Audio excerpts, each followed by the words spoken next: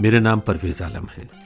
اردو باغ سننگ کی اس pod cost series میں آج میری مہمان ہیں رخشندہ جلیل، جو اکثر اپنے تعارف میں کہتی ہیں کہ وہ کرٹک، لٹریری ہسٹورین اور ٹرانسلیٹر ہیں. لیکن آج اس گفتگو کو سننے کے بعد میرا یقین ہے کہ آپ اس تعارف کو ادھورا کہیں گے، اس لیے کہ رخشندہ جلیل ادب شناس ہی نہیں، ہمارے عہد اور ہمارے ادب کی بہت ہی دلچسپ قصہ گو بھی ہیں، اور ایک براڈ کاسٹر کی حیثیت سے کہوں تو غضب کی آرکائیوسٹ ہیں. آپ نے اردو اور ہندی کے عظیم لکھنے والوں کے بہترین کام کا نہ صرف یہ کہ انگریزی میں ترجمہ کیا ہے، بلکہ گزشتہ 20 سال میں انہوں نے اسکالرلی مضامین، کالمز اور تقریباً 20 کتابوں کے ذریعے انگریزی کے قارئین یا ریڈرز کے دل و دماغ میں اردو ہندی ادب کا وہ شوق جگایا ہے جو بڑے بڑے ادارے نہیں کر پاتے. رخشندہ اردو اور ہندی کے شائقین کے لیے ہندوستانی آواز نام کی ایک تنظیم چلاتی ہیں اور دلی میں سالانہ فیسٹیول بھی آرگنائز کرتی ہیں جس کا نام ہے آفرین. لیکن رخشندہ جلیل کا تعارف یہیں پر ختم نہیں ہوتا. آپ کے نانا آل احمد سرور کا شمار اردو ادب کے عظیم ترین نقادوں اور اسکالرز میں ہوتا ہے. وہ اعلیٰ درجے کے شاعر بھی تھے. چاند چھو لینے کا قصہ، پھول پی جانے کی بات، ہر سہانی آرزو اب تک ہے دیوانے کی بات. گزشتہ 100 سال میں جو اردو ادب کا طالب علم رہا ہے وہ علی گڑھ مسلم یونیورسٹی کے لیجنڈری اردو پروفیسر آل احمد سرور کو ضرور جانتا ہوگا.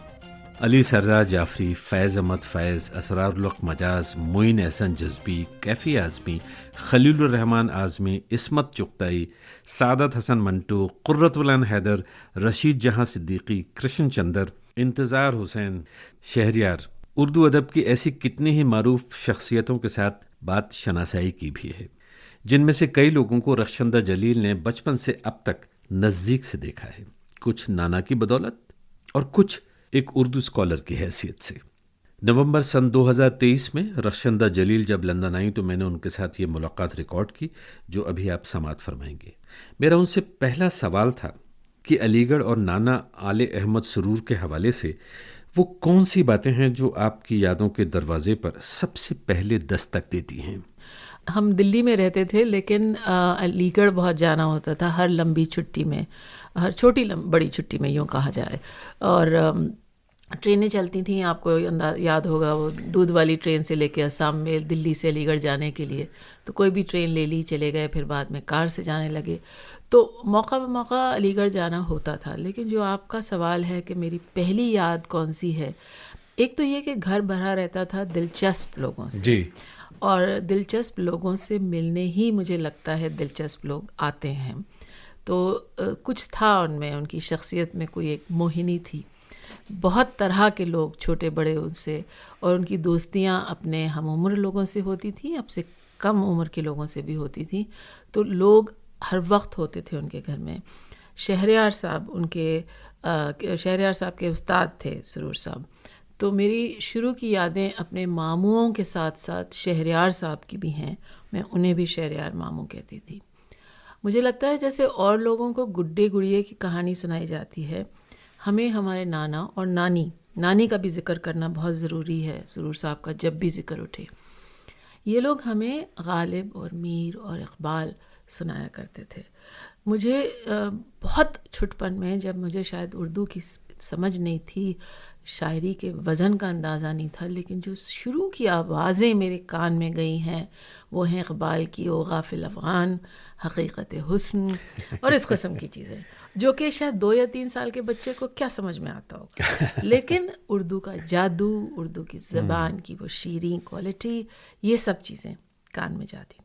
تو شہریار وہی جو مشہور شاعر ہوئے ہیں اور جن کے فلموں میں جو نغمے ہیں وہ بے انتہا مشہور ہوئے، خاص طور پر امراؤ جان میں. تو ان کے بارے میں ضرور بات ہوگی، اس لیے کہ آپ نے ان کی نظم کا بھی ترجمہ کیا ہے انگریزی میں. ان کی نظموں کا کیا ہے اور ان پہ ایک کتاب بھی لکھی ہے، ایک بایوگرافی. جی، تو اس کا ذکر ہم بعد میں کریں گے. پھر آپ نے بات کی اپنے ماموں کی، تو میں سمجھتا ہوں پہلے ماموں کو بھی ذرا سمجھ لیتے ہیں کہ ماموں کون کون ہیں. 2 ماموں، دونوں حیات نہیں ہیں. Siddiq Ahmad Siddiqui, journalist, dyed in the wool, veteran journalist of the old school. میرے خیال سے جب آپ نے قدم رکھا ہوگا جرنلزم میں، تب اس قسم کے جرنلسٹ یقیناً آپ نے دیکھے ہوں گے. نام سنتے تھے ان کا اور فخر کرتے تھے. جی, یہ chain smoking, hard working, chasing a story journalist, bachelor, کیا کچھ نہیں کیا انہوں نے, کون سی سٹوریز نہیں بریک کی, پھر پولیٹیکل جرنلزم میں آئے, پھر پارلیمنٹ کو کور کیا, اور تاعمر ایک طرح سے ایک خاص قسم کی سنجیدگی اور سادگی کے ساتھ زندگی گزاری. چھوٹے ماموں جاوید احمد صدیقی, وہ ایک پروفیسر تھے سائیکالوجی کے, فرینکفرٹ میں پڑھاتے تھے, بعد میں ان کی اپنی پریکٹس تھی ایز اے سائیکیٹرسٹ. انہوں نے بھی شادی نہیں کی, ڈائیڈ اے بیچلر, اور بلکہ سرور صاحب کی زندگی میں ان کا انتقال ہو گیا. یہ دونوں لوگ میرے بھائی بہنوں کے لیے بہت بڑا ایک انفلوئنس تھے, کیونکہ کیا پڑھنا چاہیے, کیا سوچنا چاہیے, صحیح اور غلط کا فرق, میرے خیال سے کہنا غلط نہیں ہوگا کہ یہ لوگ ہمارے مورل کمپس تھے. تو ضروری تھا ان لوگوں کے بارے میں جاننا. جو پہلا بیان تھا ایک طرح سے آپ کا میرے پہلے سوال کے جواب میں, اس میں نانی کا بھی ذکر کر دیا تھا, تو میں سمجھتا ہوں پہلے نانی کی بھی بات کر لیتے ہیں, پھر عالیہ احمد سرور صاحب کے بارے میں تو جتنی بھی بات کی جائے وہ کم ہے. جی, زاہدہ سرور نام تھا ان کا. ان کی جب شادی ہوئی تو سرور صاحب آلریڈی ایک شاعر تھے, ان کا نام سرور کے نام پہ جانا جاتا تھا, تو سرور حالانکہ تخلص تھا, وہ بن گئیں بیگم زاہدہ سرور. کسی نے کبھی ضرورت نہیں سمجھی کہ فیملی نیم یا کاسٹ کا کوئی انڈیکیشن یا اس قسم. تو ایک لحاظ سے یہ لوگ بڑے لبرل لوگ تھے جنہوں نے اپنے آپ کو بالکل آزاد کر لیا تھا کاسٹ کی بندش سے. اور کہنے کو تو وہ زیادہ پڑھی لکھی نہیں تھیں, بلکہ بہت بعد میں انہوں نے علی گڑھ سے پرائیویٹلی BA کا امتحان دیا. لیکن میں جب ان کو یاد کرتی ہوں تو مجھے لگتا ہے کہ فارمل کلاس روم ایجوکیشن کچھ نہیں ہوتی ہے. اگر انسان کا ذہن کھلا ہے اور وہ اس کھلے ذہن سے دنیا کو دیکھ رہا ہے, تو کیا ایسی چیز نہیں ہے جو اس کی سمجھ میں نہ آتی ہو. اماں میں انہیں کہتی تھی, اماں سرور صاحب کے ساتھ, جنہیں میں ابا کہتی تھی, انہوں ہر جگہ ان کے ساتھ ٹریول کرتی تھیں. شکاگو جب سرور صاحب پڑھانے گئے تو وہ امریکہ ان کے ساتھ گئیں. ملک میں جہاں بھی سیمینار ہوتا تھا یا جہاں پہ بھی جانا ہوتا تھا, اماں ساتھ میں جاتی تھیں. میں نے لوگوں سے یہ بھی سنا ہے کہ PhD کے تھیسس جو سپرویژن کے لیے یا چیک کرنے کے لیے سرور صاحب کو بھیجے جاتے تھے, سب سے پہلے ہماری نانی اسے پڑھتی تھی, اور ان کی رائے جو ہوتی تھی وہ بہت صاف الفاظ میں سنا دی جاتی تھی کہ اس قابل ہے کہ پڑھا جائے یا نہیں. گھر میں کوئی بھی کتاب ریویو کے لیے آئے ہو, کسی دوست نے, کسی جان پہچان والے نے نئی کتاب لکھی ہو اور سرور صاحب کی خدمت میں پیش کی ہو, سب سے پہلے بیگم صاحبہ یعنی اماں ہماری جو تھیں وہ اس کتاب کو پڑھتی تھیں. تو میں پھر وہی بات کہوں گی کہ فارمل ایجوکیشن مجھے لگتا ہے کہ اتنی زیادہ ضروری نہیں ہے اگر کسی شخص کو ذوق اور شوق ہے, اور وہ ایک ووریشیس ریڈر ہے جو کہ اماں تھیں. ارے غضب کی کہانی بتائی آپ نے, اور میں تو طبیعت خوش ہو گئی. سرور نام بھی لگا ہوا ہے ان میں, اور پھر خاص طور پہ کہ ایک طرح سے جو کریٹیکل فیکلٹیز ہیں وہ جیسے اپنے عالیہ احمد سرور صاحب کی بے انتہا مشہور ہیں, اس لیے کہ اتنے مشہور نقاد, اتنے زبردست اسکالر, اتنا کام کیا انہوں نے, بہت لوگوں کے بارے میں لکھا. بے انتہا ان کا نایاب کام ہے اپنی فیلڈ میں, اور اس میں آپ کی نانی کا بھی ایک رول رہا ہے, یہ جان کے مجھے بے انتہا خوشی ہوئی. عالیہ احمد سرور صاحب کی بات کر لیتے ہیں. جب آپ کو یہ احساس ہو گیا کہ یہ جو ہمارے نانا ہیں جن کو آپ ابا کہتی آئیں ہمیشہ, یہ اردو میں ان کا زبردست کام ہے, لیکن اردو میں آپ کی دلچسپی اس حد تک جاگ چکی تھی کہ آپ پڑھیں, کیونکہ جہاں تک میں سمجھتا ہوں آپ نے انگریزی میں تعلیم حاصل کی. جی, ہم لوگ دلی میں جب رہتے تھے, ہم 3 بہنیں, ایک بھائی ہیں. ایک لحاظ سے ہم سپلٹ پرسنالٹیز تھے اور 2 پیرالل زندگیاں جی رہے تھے 2 ٹریکس میں. ہم دلی میں رہتے تھے نظام الدین ایسٹ میں, ایک بہت mainstream English medium school, Delhi public school Mathura road میں پڑھتے تھے. اس کے بعد سب نے, کوئی اسٹیفنس گیا, کوئی میں نے میرانڈا ہاؤس میں پڑھا. ہم لوگ ایک لحاظ سے تو ٹپیکل ساؤتھ دہلی بچے تھے جو انگریزی بولتے تھے, جینس پہنتے تھے, پاپ میوزک سنتے تھے. لیکن ہماری ایک اور بھی زندگی تھی جس میں اردو رچی بسی تھی. ساؤتھ انڈین ہومز میں آپ نے دیکھا ہوگا پرویز صاحب کے لوگ جوتا اتار کے اندر جاتے ہیں, جوتا باہر رکھ دیا جاتا ہے, پھر گھر میں داخل ہوتے ہیں. لگ بھگ اسی طرح سے ہم انگریزی کو باہر چھوڑ کے گھر میں داخل ہوتے تھے. اچھا, یعنی یہ نہیں کہ ہمارے ماں باپ انگریزی نہیں جانتے تھے, دونوں پڑھے لکھے تھے. میرے والد کارڈیولوجسٹ تھے, میری والدہ جس اسکول میں ہم پڑھتے تھے DPS میں وہاں لائبریرین تھیں, دونوں بائلنگول تھے. لیکن ایک انسیڈ رول تھا ہمارے گھر میں, وہ یہ کہ ہم انگریزی کو باہر چھوڑ کے آئیں گے اور گھر میں جب داخل ہوں گے تو ماں باپ سے میں یہ تو نہیں کہوں گی کہ بہت عمدہ اردو میں بات کرتے تھے، ضرور غلطیاں ہوتی ہوں گی کیونکہ دلی میں رہتے تھے، لیکن ہاں ہم اردو میں بات کرتے تھے گھر میں. تو صحیح معنی میں مادری زبان ہماری اردو تھی. بہت لمبے عرصے تک اردو میرے لیے گھریلو زبان تھی. اب بھی شاید میرے پاس کرٹیکل ریفرنس نہیں ہے، کرٹیکل ٹرمینالوجی نہیں ہے. میں جو کام کرتی ہوں، میں نے پڑھنا لکھنا تو سیکھی تھی، اسکول میں بھی سیکھی تھی، بعد میں بھی اس کو ذرا صاف ہوتی گئی، لیکن آج بھی اتنے سالوں بعد بھی باوجود اس کے کہ سال در سال میری دلچسپیاں اب صرف اردو ادب تک ہو گئی ہیں اور لٹریچرز چھوڑتے ہوئے، لیکن آج بھی میرے پاس کرٹیکل ایڈیم نہیں ہے. شاید یہی وجہ ہے کہ میں لکھنے کا کام انگریزی میں کرتی ہوں. میں اردو سورسز کو ایکسیس کرتی ہوں، اردو میں انالائز کرتی ہوں، لیکن جو اس پہ تبصرہ ہوا یا ترجمہ ہوا، جو کہنا چاہیں وہ کام میں آج بھی انگریزی میں کرتی ہوں. اور اس بات کا مجھے افسوس ہے، اور شاید کہیں چونکہ میں نے دیر سے اردو کو ایکسیس کیا، جیسا میں نے کہا اردو ارد گرد ضرور تھی کہ بیت بازیاں ہو رہی ہیں، بول چال کی زبان میں اردو ہے. دلی میں بھی جب تک ہم رہتے تھے تو ہم شعر و شاعری کے ذریعے بات کہنا، کوئی بات جو کہنی ہے وہ محاورے سے رچی بسی زبان تھی، اردو سے رچی بسی زبان تھی، جس کو گیل میلوں نے کہا ہے بیگ ماتی زبان.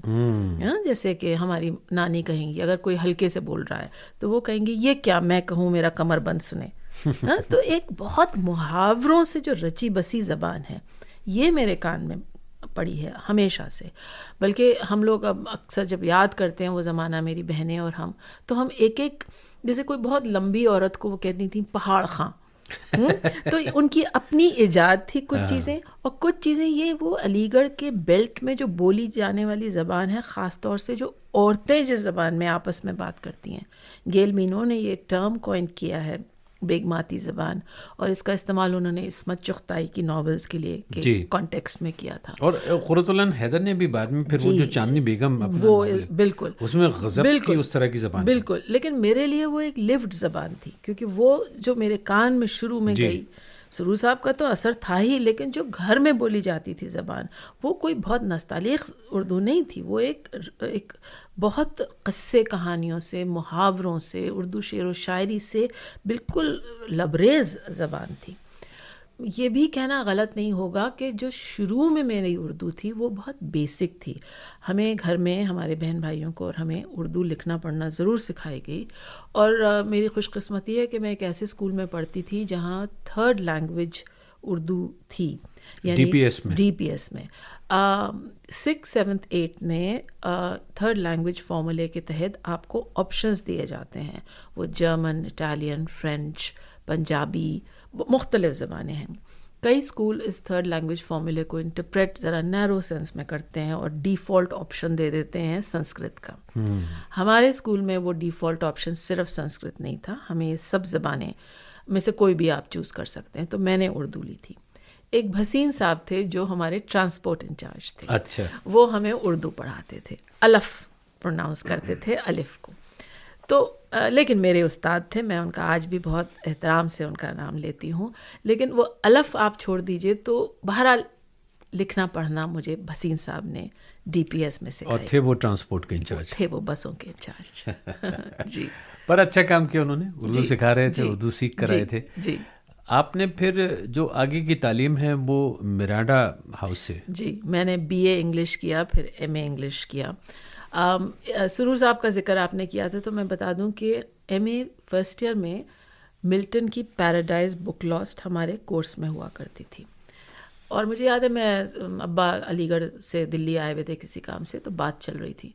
ابا نے بھی ایم اے انگلش کیا تھا. آپ کو شاید یاد ہو کہ وہ اردو کے استاد بننے سے پہلے انگریزی کے استاد تھے. یہ بڑی خوبصورت بات ہے، اور میں سمجھتا ہوں کہ اس کو ایک بار پھر سے ہم یاد کر لیں کہ عالی احمد سرور صاحب جو اردو کے بہت بڑے نقاد ہوئے ہیں، اردو کے بہت بڑے مورخ ہوئے ہیں، اردو کے بہت بڑے شاعر ہوئے ہیں، اور اردو کے پروفیسر رہے ہیں. اکیڈمک حلقوں میں ان کا نام آج بھی لیا جاتا ہے. علی گڑھ مسلم یونیورسٹی میں وہ پروفیسر رہے، اردو ڈپارٹمنٹ کے ہیڈ رہے، اور ایک لمبے عرصے تک رہے. تو بات یہاں سے نکلی تھی کہ انہوں نے دراصل انگریزی میں ایم اے کیا اور پہلے انہوں نے انگریزی میں پڑھانا شروع کیا. انگریزی کے استاد تھے، اور یہ وہ زمانہ تھا جب نیشنلزم کا دور تھا، تو ڈاکٹر ذاکر حسین اور لوگوں کے انفلوئنس میں ان کو یہ لگا کہ کیوں نہ میں اب ایک اور ایم اے کروں اور اردو میں کروں. اور پھر انہوں نے اس زمانے میں جب آپ اسٹوڈنٹ ٹیچر ہوتے تھے تو آپ 1 سال کا ایم اے کر سکتے تھے، تو انہوں نے 1 سال میں ایم اے ان انگلش کیا اور اردو کیا، اور اس کے بعد اردو کے استاد ہو گئے. یہ بات بھی بتانا ضروری ہے کہ ایک ایسے شخص نے جس نے کتنوں کے پی ایچ ڈی سپروائز کیے، انہوں نے خود پی ایچ ڈی نہیں کیا تھا. عالم مسرور صاحب نے پی ایچ ڈی نہیں کیا؟ جی نہیں، وہ صرف ایک ڈبل ایم اے تھے، ایک انگریزی میں اور ایک اردو میں.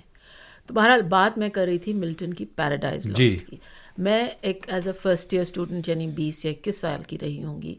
مجھے یاد ہے ابا آئے اور انہوں نے فرام میموری مجھے پوری پیراڈائز لاسٹ بک 1 سنائی، اور اس کے ساتھ میں انہوں نے میرے لیے کھڑے کر دیے اقبال، اور اقبال کی ایک لمبی نظم ابلیس اور جبریل میں جو ایک گفتگو ہوتی ہے، اور وہ ختم کچھ اس طرح سے ہوتی ہے کہ ابلیس جو ہے وہ جبریل سے کہہ رہا ہے میں کھٹکتا ہوں دل یزداں میں کانٹے کی طرح، تو فقط اللہ اللہ. یعنی جو ایک ہیوبرس ہے ابلیس کا، سیٹن کا، اور یہی بات ملٹن کی پیراڈائز لاسٹ میں ہے. تو مجھے جو سمجھ میں آیا میرے 20-21 سال کے دماغ میں جو ایک بات آئی کہ کیسے ادب کے بیچ میں کراس فرٹیلائزیشن بہت ضروری ہے. ہم لوگ پکٹ فینس کے پیچھے کھڑے رہ کے ادب نہیں سیکھ سکتے، نہیں سمجھ سکتے. بائی لینگولزم، ٹرائی لینگولزم بہت بہت ضروری ہے. آپ کسی بھی ادب کو ایک خلا میں یا ایک آئلینڈ پہ کھڑے ہو کے نہیں سمجھ سکتے، نہیں پڑھ سکتے. کیا ہی اچھا ہوگا اگر ہم اور زبانوں کا ادب بھی پڑھیں اور سمجھیں. اور جب سرور صاحب نے مجھے اقبال اور پیراڈائز لاسٹ کے ملٹن کو ایک جگہ کھڑا کر دیا تو مجھے لگتا ہے کہ شاید میری سمجھ میں ایک اضافہ ہوا، اور شاید کہیں ذہن میں کھڑکی کھلی کہ کیوں ایک سے زیادہ زبان مجھے آنی چاہیے. آگے چل کے میں نے ہندی، اردو اور انگریزی تینوں میں ہی کام کیا، لیکن شاید اس قسم کے واقعات تھے جنہوں نے ذہن پہ ایک اثر چھوڑا. یہ تو میں آپ کو ایک تنہا واقعہ بتا رہی ہوں، لیکن ایسے کتنے واقعے ہیں جہاں پہ یہ سمجھ میں آتا تھا کہ اگر آپ الگ الگ طرح کی زبانوں سے فریم آف ریفرنس اٹھاتے ہیں تو آپ کا اپنا فریم آف ریفرنس کتنا وسیع ہو جاتا ہے. میں آپ کو علی گڑھ لیے چلتا ہوں، اور اس لیے کہ کیونکہ عالم مسرور صاحب کا ذکر ہو رہا ہے تو میں چاہتا ہوں کہ ذرا ایک بات تھوڑی سی ان کے بارے میں اور بات ہو جائے، اس لیے کہ ابھی تو بات ہوئی بھی نہیں ہے بہت زیادہ. میری اپنی یادیں ہیں ان کے ساتھ میں، آپ کو علم ہے آپ نے بہت عمدہ ان کے ساتھ ان کا فری ویلنگ انٹرویو کیا ہے. فری ویلنگ انٹرویو بہت لمبا انٹرویو تھا، تقریباً 3 گھنٹے میں ان کے ساتھ بیٹھا، اور اس میں 1.5 گھنٹے کے آس پاس میں نے ان کو ریکارڈ بھی کیا. خیر اس کا ذکر میں بعد میں کروں گا کہ مجھے کس طرح سے عالم مسرور یاد ہیں. میں آپ سے ذرا سا یہاں جاننا چاہتا ہوں کہ آپ نے جب ہوش سنبھالا اور انگریزی، اردو یہ دونوں کے جو لٹریچر ہیں آپ کی سمجھ میں آنے لگے، اس وقت کی جو آپ کی گفتگو ہوئی ہے عالم مسرور صاحب سے، اپنے نانا سے، وہ کس طرح کی ہوتی تھی؟ کس طرح کے ٹاپک سامنے آتے تھے اور کس طرح سے آپ ان کو یاد کرتی ہیں آج؟ ان کے کچھ پسندیدہ شاعر تھے ٹی ایس ایلیٹ. میں شاید بہت چھوٹی رہی ہوں گی جب میں نے پہلی دفعہ ان کی کتابوں میں سے نکال کے دا لو سانگ آف جے الفریڈ پروفراک پڑھا. وہ ذہن پہ میرے آج بھی ہے. ایک اندھیرا سا کمرہ جہاں دھندلکا ہو گیا ہے، میرے بڑے بھائی عرفی وہاں بیٹھے ہوئے ہیں اور سرور صاحب ہیں، اور ٹی ایس ایلیٹ کا لو سانگ آف جے پروفراک، الفریڈ جے پروفراک ہم پڑھ رہے ہیں. ییٹس کی پوئٹری ابا کو بہت پسند تھی. Yeats, Wilbur Butlers Yeats, WB Yeats, the second rising, کتنے کیا کیا ایگزامپلس دوں، بہت ان کو پسند تھے. ان کو ابا سے میں نے ایگزسٹینشلسٹ رائٹرز بھی ان کے کلیکشن میں سے لے لے کے پڑھے. میرا پہلا تعارف البرٹ کامو سے ابا کی کتابوں کے ذریعے ہوا.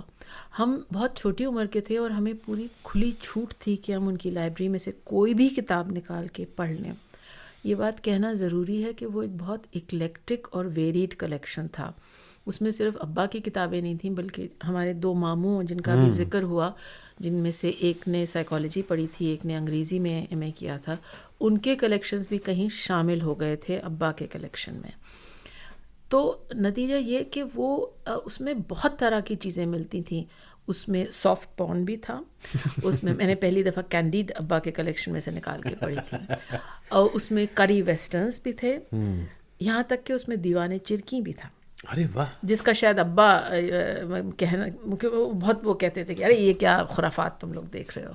لیکن بہرحال بہت طرح کی چیزیں تھیں, بہت سی ایسی جو ان کی اپنی تھیں, بہت سی ایسی جو لوگوں نے شاید ان کو دی تھیں, گفٹ کرتے تھے کتابیں. ابا کے انتقال کے بعد میری والدہ نے یہ فیصلہ کیا کہ یہ 30,000 سے اوپر جو کتابیں ہیں ان کو ہم ڈونیٹ کرنا چاہتے ہیں, اور ایک مشت ڈونیٹ کرنا چاہتے ہیں. تو ہمیں ایسے کسی ادارے کی تلاش تھی جہاں ساری کتابیں ایک ساتھ لے لی جائیں. میری والدہ لائبریرین ہو کے ریٹائر ہوئی تھیں, تو ان کو اس بات کی اہمیت کا اندازہ تھا کہ کلیکشنز جو ہیں وہ ثابت و سالم ہونے چاہیے. اگر وہ ٹوٹ گئے اور بکھر گئے تو ان کی اہمیت نہیں رہتی ہے. تو ہم نے نیشنل آرکائیوز آف انڈیا کو ساری ان کی کتابیں دیں, اور ایک گوشہ سرور کے نام سے وہ ساری کتابیں, رسالے, فرسٹ ایڈیشنز, خطوط, بہت سی ایسی کتابیں جو اردو, انگریزی میں, کچھ حد تک ہندی میں ہیں, یہ سب اس وقت وہاں محفوظ ہیں. یہ نیشنل آرکائیوز کی بات کر رہے ہیں جو کہ دلی میں ہے, نئی دلی میں ہے, اور انڈیا گیٹ کے نزدیک ہے. جی جی, یہ ابھی وہیں ہے, ابھی اس کو دوبارہ بنا رہے ہیں. اس میں ذرا کچھ ہمیں بلکہ دلی واپس جا کے یہ بھی معلوم کرنا ہے, کیونکہ کہیں سے سنا ہے کہ وہ کتابیں کہیں اور بڑے کلیکشن میں دے دی جائیں گی. تو ہمارا ارادہ یہی ہے کہ وہ ایک ڈسٹنکٹ کلیکشن کی شکل. تو گوشے سرور میں وہ ساری کتابیں موجود ہیں. بڑی دلچسپ جانکاری ہے, مجھے اس کا قطعی طور پر علم نہیں تھا.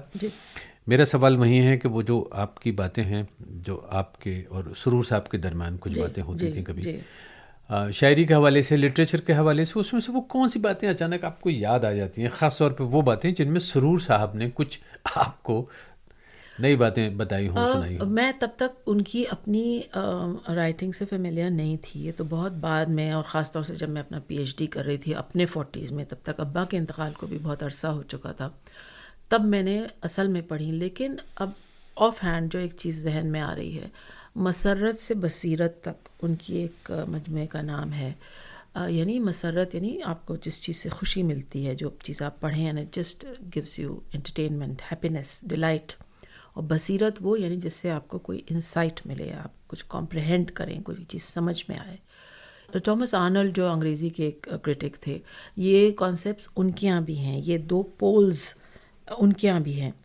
ابا نے چونکہ انگریزی ادب پڑھا تھا, تو چاہے وہ ٹی ایس ایلیٹ کے critical right, T S Eliot صرف ایک شاعر نہیں تھے بلکہ ایک ایسیسٹ, ایک کرٹک بھی تھے. تو چاہے وہ ٹی ایس ایلیٹ ہوں, چاہے میتھیو آرنلڈ ہوں, چاہے کرسٹوفر فرائی ہوں, یہ سب جو ارلی 20th سینچری کے انگریزی کے کرٹکس تھے, بہت پائے کے کرٹکس مانے جاتے تھے. ان سب کی کتابیں, نارتھروپ فرائی خاص طور سے, مجھے تو اس وقت اس ذہن میں اس کتاب کی شکل یاد ہے جو ان کی کتابوں میں ہوتی تھی. اور کیسے جو چیزیں میں انگریزی میں پڑھ رہی تھی ایز این انڈر گریجویٹ اور پھر بعد میں ایز اے پوسٹ گریجویٹ, یہ کتنی ایز کے ساتھ یہ چیزیں, یہ کانسیپٹس ابا میرے لیے سامنے لا کے کھڑے کر دیتے تھے. اور وہ بھی چلتے پھرتے, وہ پان کے بہت شوقین تھے. تو اب اگر وہ پاندان کے پاس کھڑے, اور میں تھوڑا سا میرے ذہن میں ان کا ایک دم سے نقش ابھر رہے ہیں کہ بے انتہا سرخ و سفید چہرہ ان کا, اور اس میں لال رنگ کا پان ان کے چہرے پہ صاف نظر آتا تھا, سفید بال, اور سفید بال بالکل, اور ہمیشہ سے سفید ہی دیکھے ہم نے. جی سب, میری نانی کا کہنا ہے یہ کہ انہوں نے بھی زیادہ تر سفید ہی دیکھے ہیں. جی, تو بہرحال تو وہ پان بنا رہے ہیں, اس میں چلتے پھرتے یا واک کرنے کے بہت شوق رکھتے تھے. 12-15 سال وہ کشمیر میں, شری نگر میں اقبال انسٹیٹیوٹ کے ڈائریکٹر تھے.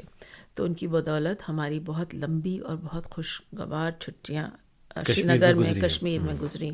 چھٹی کے پہلے دن ہم چلے جاتے تھے اور آخری دن واپس دلی آتے تھے. اسی لیے آپ کمال احمد صدیقی کو بھی جانتی ہیں. جی, میں اسی لیے آپ سمیہ گیلو کو بھی جانتی ہیں. جی, اور یہ میں نے اس لیے کہا کہ اس لیے کہ اسی پروگرام میں, اسی پوڈ کاسٹ میں, اردو باغ میں سمیہ سے بات ہوئی تھی, ان کے والد صاحب کمال احمد صدیقی صاحب کے بارے میں. اور وہ کچھ اس لیے بھی بات تھوڑی سی زیادہ ہوئی تھی کیونکہ میں نے کمال صاحب کے ساتھ آل انڈیا ریڈیو میں کام کیا تھا. جی ہاں, وہ ڈائریکٹر تھے. خیر, واپس آ جاتے ہیں آپ کی چھٹیوں کی طرف. جی, تو بہرحال اس زمانے میں یہ جو کشمیر میں ہم جایا کرتے تھے, اور 1-1.5 مہینہ آپ ہیں وہاں پہ, اور ابا کو ٹہلنے کا بہت شوق تھا اور وہ بہت تیز چلا کرتے تھے. یعنی ہم لوگ جو ان سے عمر میں کتنے کم تھے ہم ہانپ جایا کرتے تھے, اور ابا بغیر ہانپے اس اپنی برسک واک کے دوران دنیا جہان کی باتیں کرتے تھے. اس میں شعر و شاعری تھی, اس میں پالیٹکس تھی.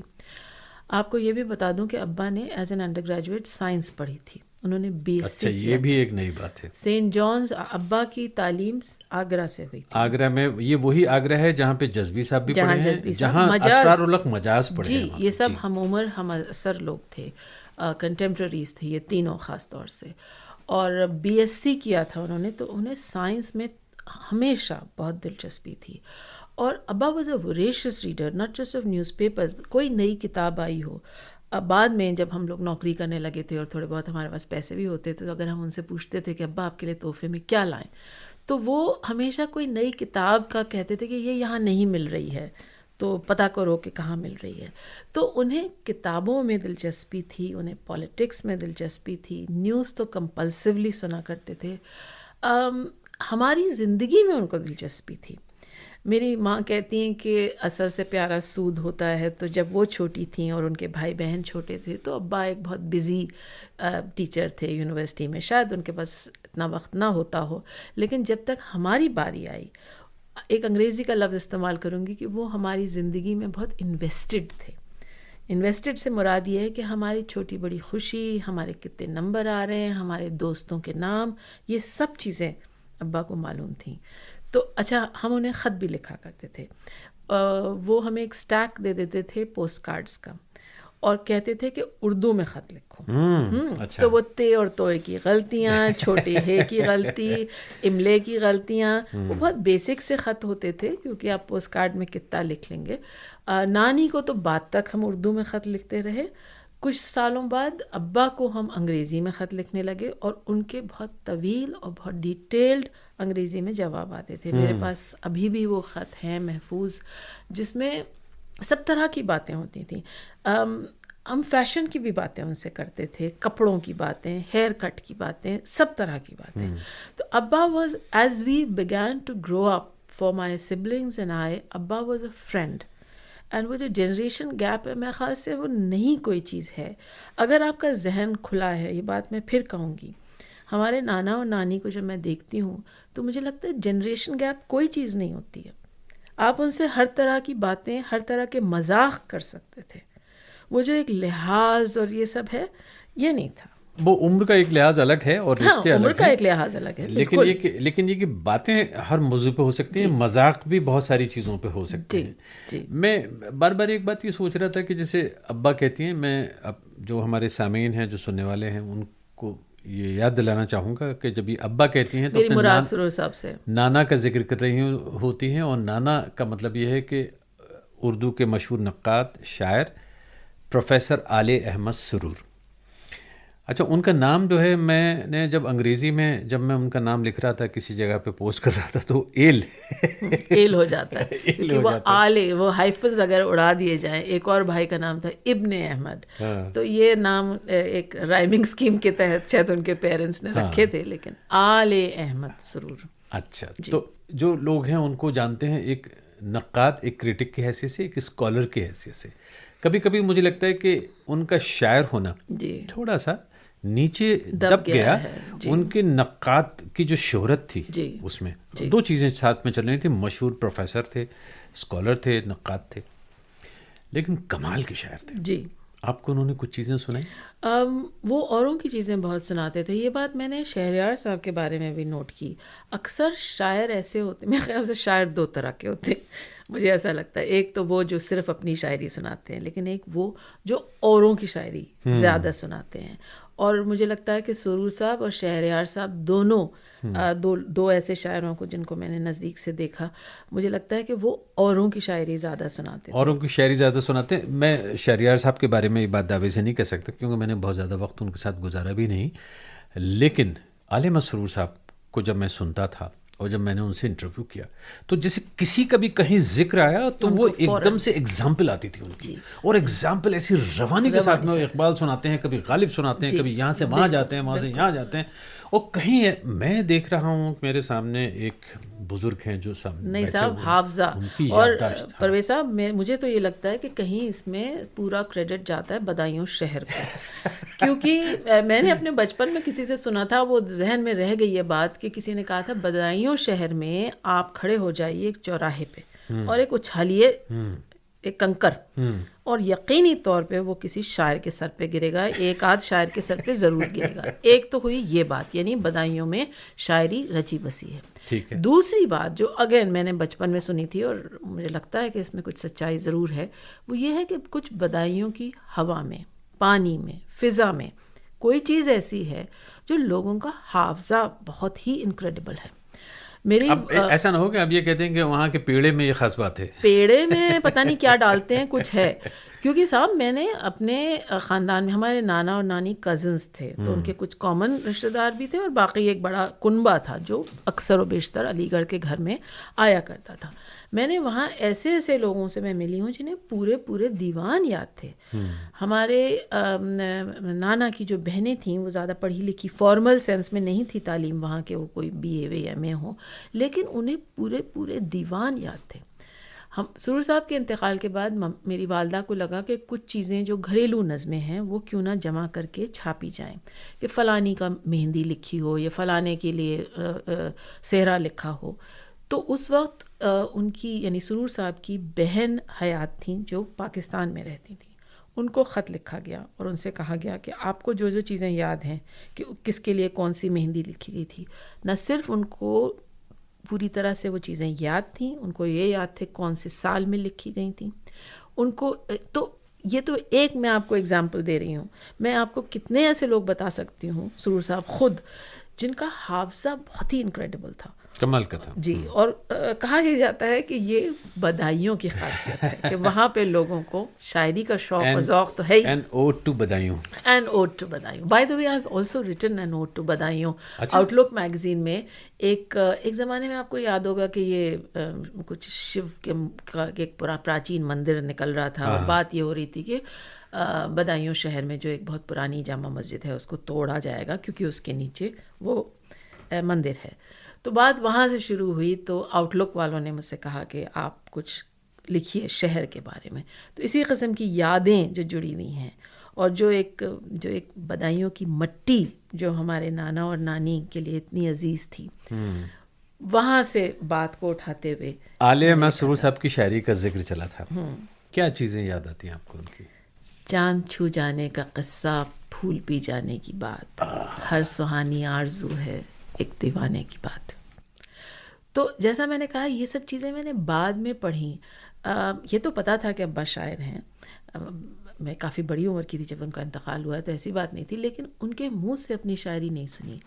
آپ کو جان کے خوشی ہوگی کہ اس وقت میں ان کی شاعری کا ایک انتخاب کر رہی ہوں دیوناگری میں، اور بہت مزہ آ رہا ہے ساری چیزیں پڑھ کے اس میں سے 100 نکالنے، یعنی کہ اباؤٹ 75 نظمیں اور 25 کے قریب غزلیں.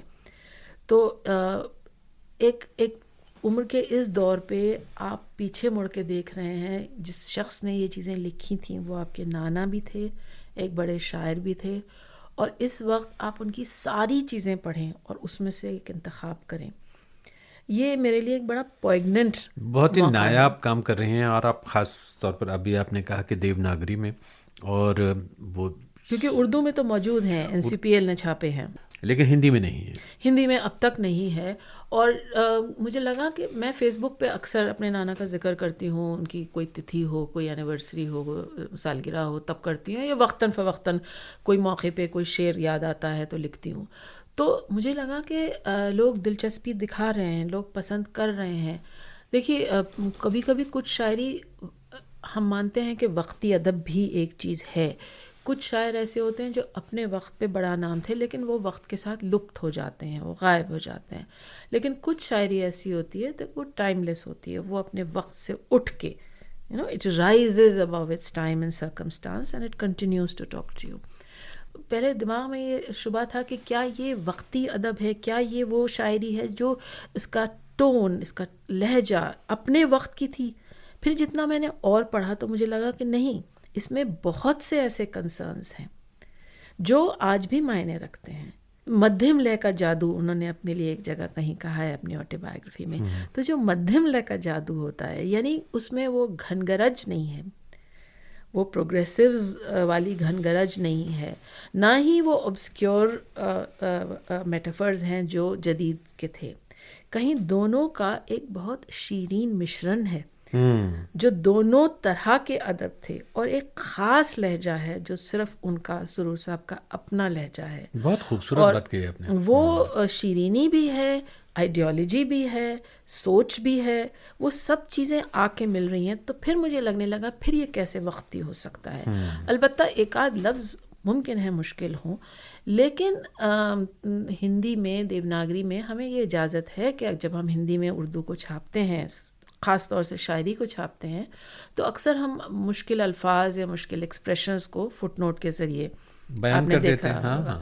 تو یہ جب ہمارے پاس ہے اس چیز کی, ہمارے پاس یہ گنجائش ہے ہندی پبلشنگ میں, تو کیوں نہ اس کا استعمال کیا جائے. یہ تو بہت اچھا کام کر رہی ہیں. میں ابھی آپ نے ایک بات کہی تھی کہ وہ جو ترقی پسند اور چیزیں, اور اس میں میں ایک بات اور کہوں گا یہاں پہ, اور ہمت کے ساتھ میں یہ بات میں کہہ رہا ہوں اس لیے کہ میں بھی علی گڑھ سے آتا ہوں, میں بھی تھوڑا ترقی پسند تحریک کو سمجھتا ہوں, اور عالمہ سرور صاحب کے ساتھ میں نے گھنٹوں گزارے ہیں, اور بھی لوگوں کے ساتھ.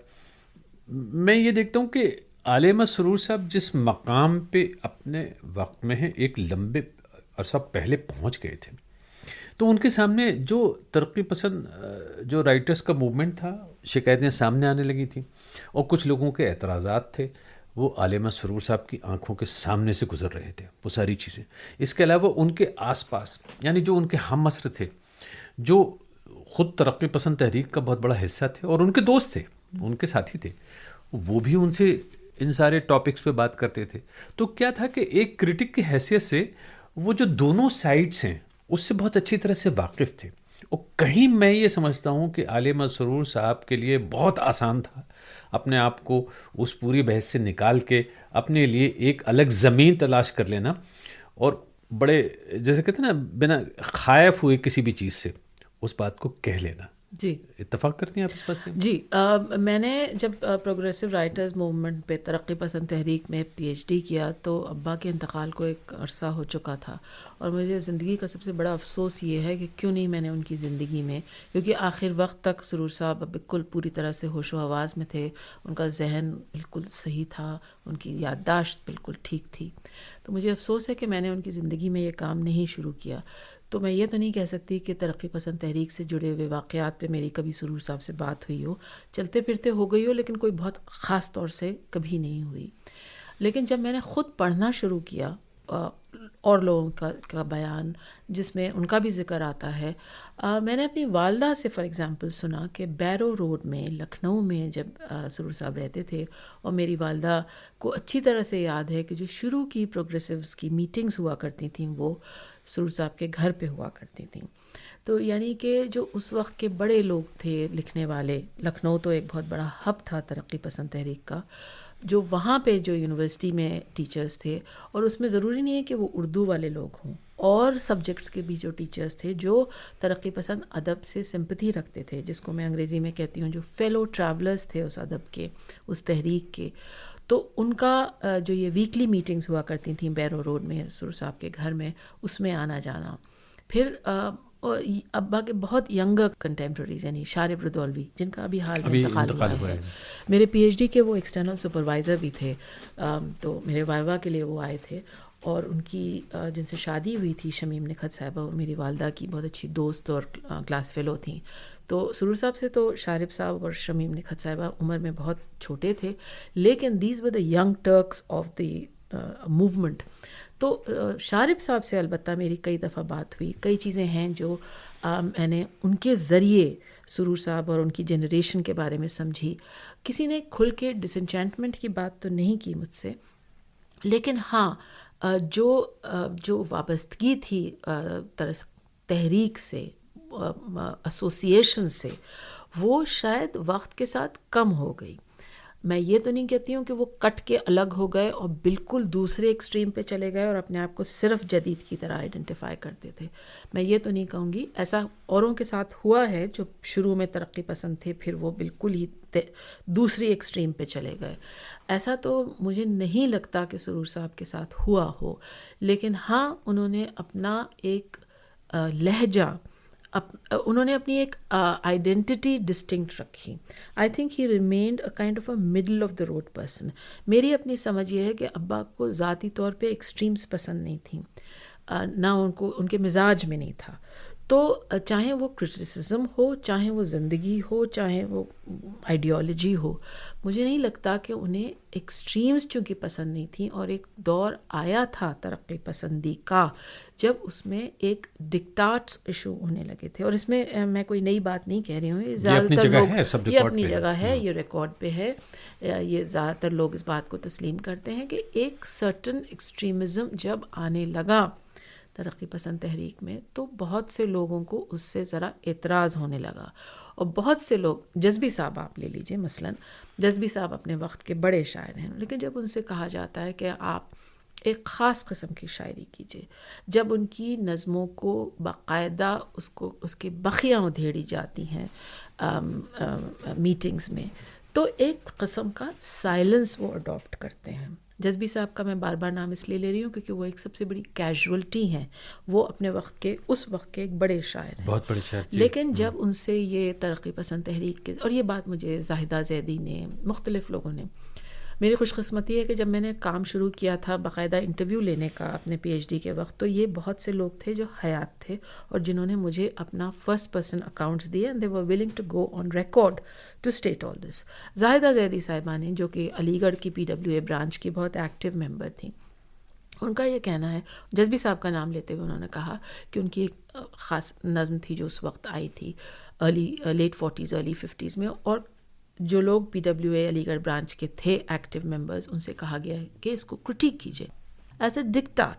تو جب اس قسم کی ہارڈ کور آئیڈیالوجی ادب پہ چھانے لگے گی, اور یہ بات میں ایک بہت پوری سمپتھی کے ساتھ کہہ رہی ہوں, ججمنٹل طور پہ, قطعی طور پہ نہیں کہہ رہی ہوں. اور میں تو اس بات کو اس لیے بھی اور سنجیدگی سے لے رہا ہوں کہ آپ کی تو PhD کا تھیم ہے. جی, میرا سبجیکٹ یہی رہا تھا. تو جب زاہدہ زیدی اور مہندی صاحب, ابھی ہم بات کر رہے تھے سعید نقوی صاحب کی, تو ان کے جو ماموں تھے, ماموں جان, ان سے بھی میری لمبی باتیں ہوئیں اور انٹرویو لیا گیا. تو یہ سب وہ لوگ ہیں جو سمپتھائزرز ہیں, جو فیلو ٹریولرز ہیں. ماموں جان تو PWA کے ایکٹیو ممبر تھے, پارٹی کے بھی ممبر تھے. تو جب یہ مجھے بتا رہے ہیں کہ ایک ہارڈ کور آئیڈیالوجی جب چھانے لگتی ہے ادب پہ, تو کیجولٹی کیا ہوتی ہے؟ ادب کیجولٹی ہوتا ہے. کچھ لوگ اس سے اپنے آپ کو فاصلہ رکھنے لگتے ہیں کیونکہ انہیں اعتراض ہے اس ہارڈ کور آئیڈیالوجی سے یا اس قسم کی حاوی ہونے سے. مجھے لگتا یہ ہے کہ, اور اگین میری اس بارے میں سرور صاحب سے خود بات کبھی نہیں ہوئی ہے, لیکن مجھے اندازہ یہ ہے ان کی باتوں سے, ان کے مزاج سے, اور جو اور لوگوں نے مجھے ان کے بارے میں بتایا ہے, کہ باوجود اس کے کہ شروع کے دور میں وہ بہت ایکٹیو ممبر تھے PWA کے, اس حد تک کہ ان کے گھر میں یہ میٹنگز ہوا کرتی. اور آپ نے بتایا کہ لکھنؤ میں یہ ساری باتیں ہوتی ہیں, یہ سب بیرو روڈ کے. یہ بھی نہیں بھولنا چاہیے کہ جب سجاد ظہیر لندن سے واپس جاتے ہیں تو جو پہلا اجلاس ہوتا ہے پروگریسو رائٹرز کا, وہ لکھنؤ میں ہوتا ہے, اور جس کی صدارت پریم چند کرتے ہیں. جی ہاں, اپریل 1936 میں جو پہلا اجلاس ہوتا ہے. تو سوچئے, تو اس موومنٹ میں جو شروع میں جو لوگ شامل ہوتے ہیں ان میں علی مسرور صاحب بھی ہیں, حضرت موہانی ہیں, کون نہیں ہے, اس وقت ہر شخص ہے. کیونکہ اس بات کو الگ الگ طریقے سے ہر شخص نے کہا ہے کہ موومنٹ میں شروعات میں کوئی چیز ایسی نہیں تھی جس سے ہم اعتراض کریں.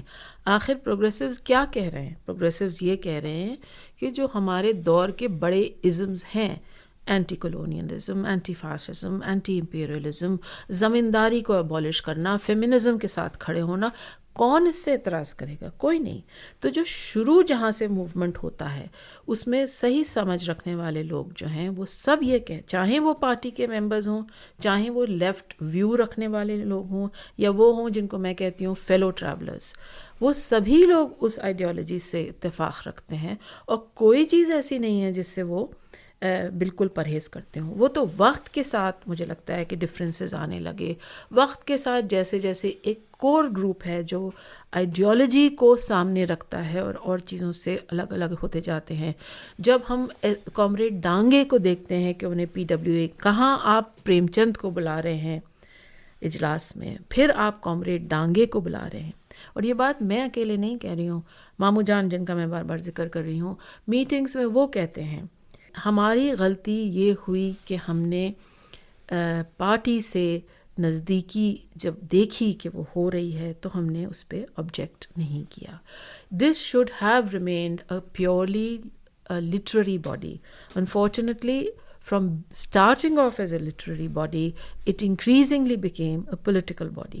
مجھے ذاتی طور پہ پالیٹکس سے کوئی اعتراض نہیں ہے. I am a very political person, اور مجھے لگتا ہے پالیٹکس ہماری زندگی کا حصہ ہے. وہ بھی خاص طور پر جو پوری کریٹو فارمز ہیں, جی, اگر ان پہ کسی پارٹی کا قبضہ ہو تو وہ مسئلہ ہو جاتا ہے. نہیں, اور ہم نے دیکھا ہے یہ بات. ہمارے پاس 2 سب سے عمدہ تین بلکہ میں کہہ سکتی ہوں ایگزامپلز ہیں کہ کیسے ڈکٹاٹس ایشو کیے گئے. میرا جی پہ 43 میں حیدرآباد میں ایک آل انڈیا پروگریسو رائٹرز کی اردو کے رائٹرز کی میٹنگ ہوتی ہے, جس میں یہ موشن پاس کرنے کی کوشش کی جاتی ہے کہ ہم اوبسینٹی کو اپنی لٹریچر سے دور رکھیں گے. احتشام حسین جیسے نہایت عمدہ مارکسسٹ کرٹک کی موجودگی میں اس میٹنگ میں یہ ایک موشن پاس کیا جا رہا ہے کہ ہم اوبسینٹی کو بین کریں گے. اور ایگزامپل دیا جا رہا ہے منٹو کی کہانی بو جو اس وقت آئی ہے, اور میرا جی کی پوئٹری. اور ریزن یہ دیا جا رہا ہے کہ obscenity is regressive, it takes us away from healthy ادب. ادب کو صحت مند ہونے کی ضرورت ہے. اور کون اس موشن کو آبجیکٹ کرتا ہے؟ پرویز صاحب یہ سمجھنا ضروری ہے. ہاتھ اٹھا کے حسرت موہانی آڈینس میں سے کھڑے ہوتے ہیں اور کہتے ہیں آئی آبجیکٹ, اور وہ کہتے ہیں کہ آپ پہلے ڈیفائن کیجئے اوبسینٹی کیا ہے. کیا بات, اور کہیے, بتائیے کہ فرق کیا ہے لطیف ہوس نگاری میں اور اوبسینٹی میں. اور لوگ ہنسنے لگتے ہیں اور بات آئی گئی ہو جاتی ہے. تو ہمارے سامنے ایگزامپلز ہیں جہاں رائٹرز کو ٹارگٹ کیا گیا. منٹو اور میرا جی کا میں نے آپ کو ایگزامپل دیا. 2 ایگزامپلز اور دینا چاہوں گی. عصمت چغتائی سے جو جیسے کہ لکھنؤ میں میٹنگز ہوتی ہیں, ایسے الگ الگ شہروں میں PWA کی برانچز ہیں. بامبے کی برانچ بھی بہت ایکٹیو ہے اور بہت عمدہ قسم کے لوگ اس سے جڑے ہوئے ہیں. بامبے بہت کی زیادہ, بلکہ میں تو یہاں تک کہوں گا جی رخشندہ جلیل, اس لیے کہ یہ نہیں بھولنا چاہیے کہ یہ جو پوری ترقی پسند تحریک ہے اس میں جو فلموں سے جڑے ہوئے لوگ تھے انہوں نے غضب کا کام کیا. ان میں خاص طور پر خواجہ احمد عباس, بالکل وہ تو مطلب ستون ہیں اس میں, بالکل ساری چیزوں کو آگے لے کے چل رہے تھے. اس وقت سب لوگ ہیں وہاں جو انڈسٹری کے لیے آئے ہوئے ہیں. پونا سے اسٹوڈیو آلریڈی بامبے شفٹ ہو چکے ہیں اس وقت تک. تو جو ایک پہلے لوگ تتر بتر تھے, کچھ پونا میں تھے, کچھ بمبئی میں تھے, اب زیادہ تر بمبئی میں ہیں. ہمیں بہت سے لوگوں کی بایوگرافیز میں اس کا ذکر ملتا ہے. تو میں آپ کو 2 لوگوں کا ذکر کر رہی تھی جن کے ساتھ اس طرح کی ایک طرح کی مارجنلائزنگ کی کوشش کی گئی. ان میں سے ایک ہیں عصمت چغتائی. جیسے کہ میرا جی کو کہا گیا کہ بھئی آپ یہ سب کیا خرافات لکھ رہے ہیں. عصمت سے کہا گیا کہ بہت ہو گیا, آپ نے لکھ لیا اب یہ گھریلو بیگماتی زبان میں عورتوں کے مسئلے, اب آپ اور چیزوں پہ لکھیے. ان کا نہیں, میں تو یہی جانتی ہوں, میں یہی لکھوں گی.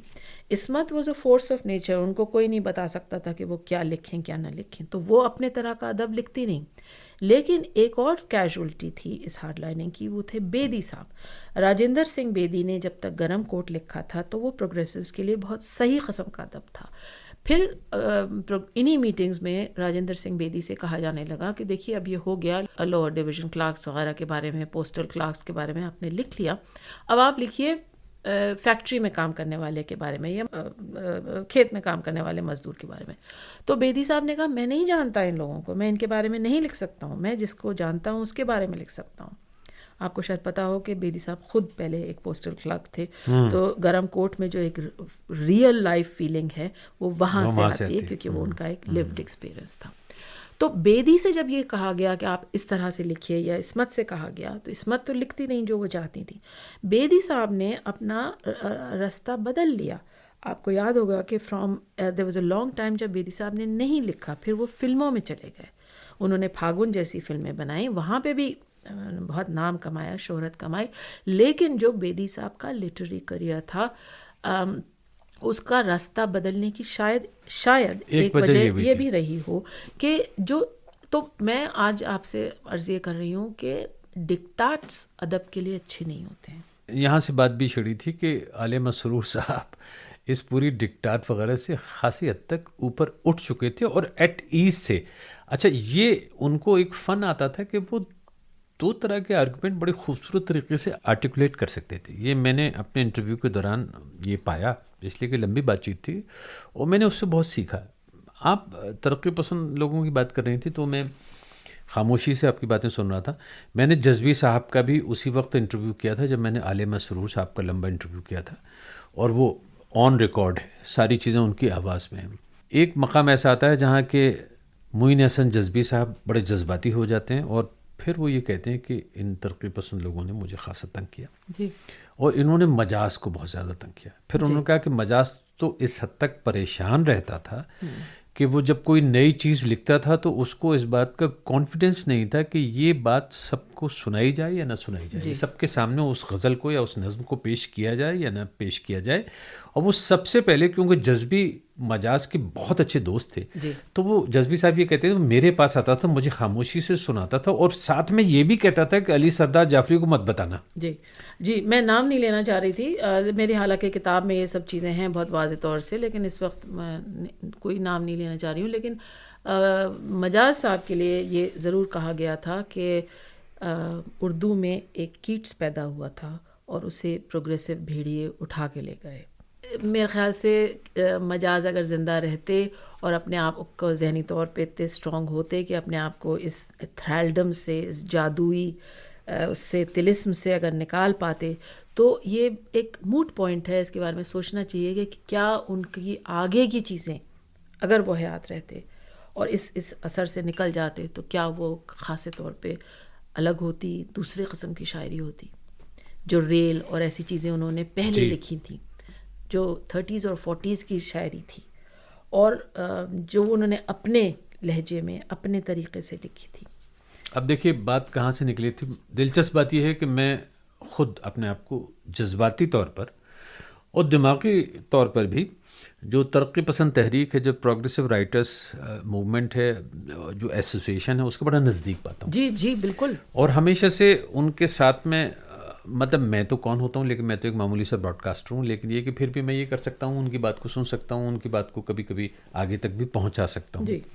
یہاں لندن میں آئی ہوئی ہیں 5 نومبر کو ہم لوگوں نے سجاد ظہیر صاحب کی برتھ اینیورسری کو سیلیبریٹ کیا اور اس لیے کہ یہ ساری چیز کہیں نہ کہیں لندن سے شروع ہوئی تھی. لندن کے ایک ریسٹوراں میں 1935-36 کا زمانہ ہے. جی وہاں بیٹھ کر ملک راج آنند اور سجاد ظہیر اس نتیجے پہ پہنچے، اور بھی ساتھ میں بہت سارے ان کے کامریڈ لوگ تھے جنہوں نے یہ موومنٹ یہاں سے شروع کیا.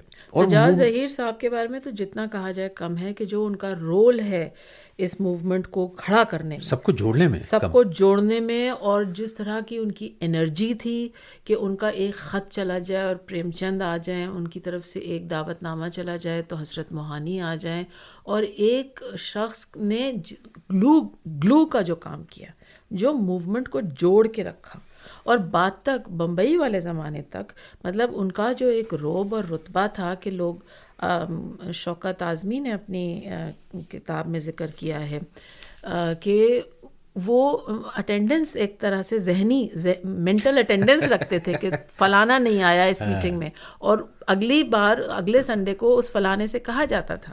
مطلب ان کے خاص طریقے سے، کوئی بہت سٹرن طریقے سے نہیں، لیکن وہ ایک اٹینڈنس رکھتے تھے تو لوگوں کو ذہن میں یہ ہوتا تھا کہ اگر اب کی نہیں گئے تو اگلی دفعہ جانا ضروری ہے کیونکہ بننے بھائی کو یاد رہے گا. تو ان کا ایک کرشمہ تھا بہت زبردست. اور میں اس لیے بھی میں یہ سمجھتا تھا کہ اس انٹرویو میں یہ باتیں بھی شامل ہو جانی چاہیے کہ آپ اور ہم آئیڈیولوجیکل لیول پہ بھی اور انٹلیکچوئل لیول پہ بھی جو باتیں یہاں پہ کر رہے ہیں تو اس میں جو فریڈم آف اسپیچ ہے، جس میں مطلب یہ کہ آپ کی رائے ہے اس کا اظہار کر سکتے ہیں. ہمیں اجازت دیتا ہے کہ جب ہم 60 سال کے بعد کچھ چیزوں کو دیکھتے ہیں تو شاید ہم اسے دوسری طرح سے دیکھتے ہیں. بہت سی ایسی چیزیں تھیں جو اس وقت ہو رہی تھیں، جو لوگ اس میں شامل تھے شاید وہ کر رہے تھے، وہ اس کو صحیح سمجھتے تھے.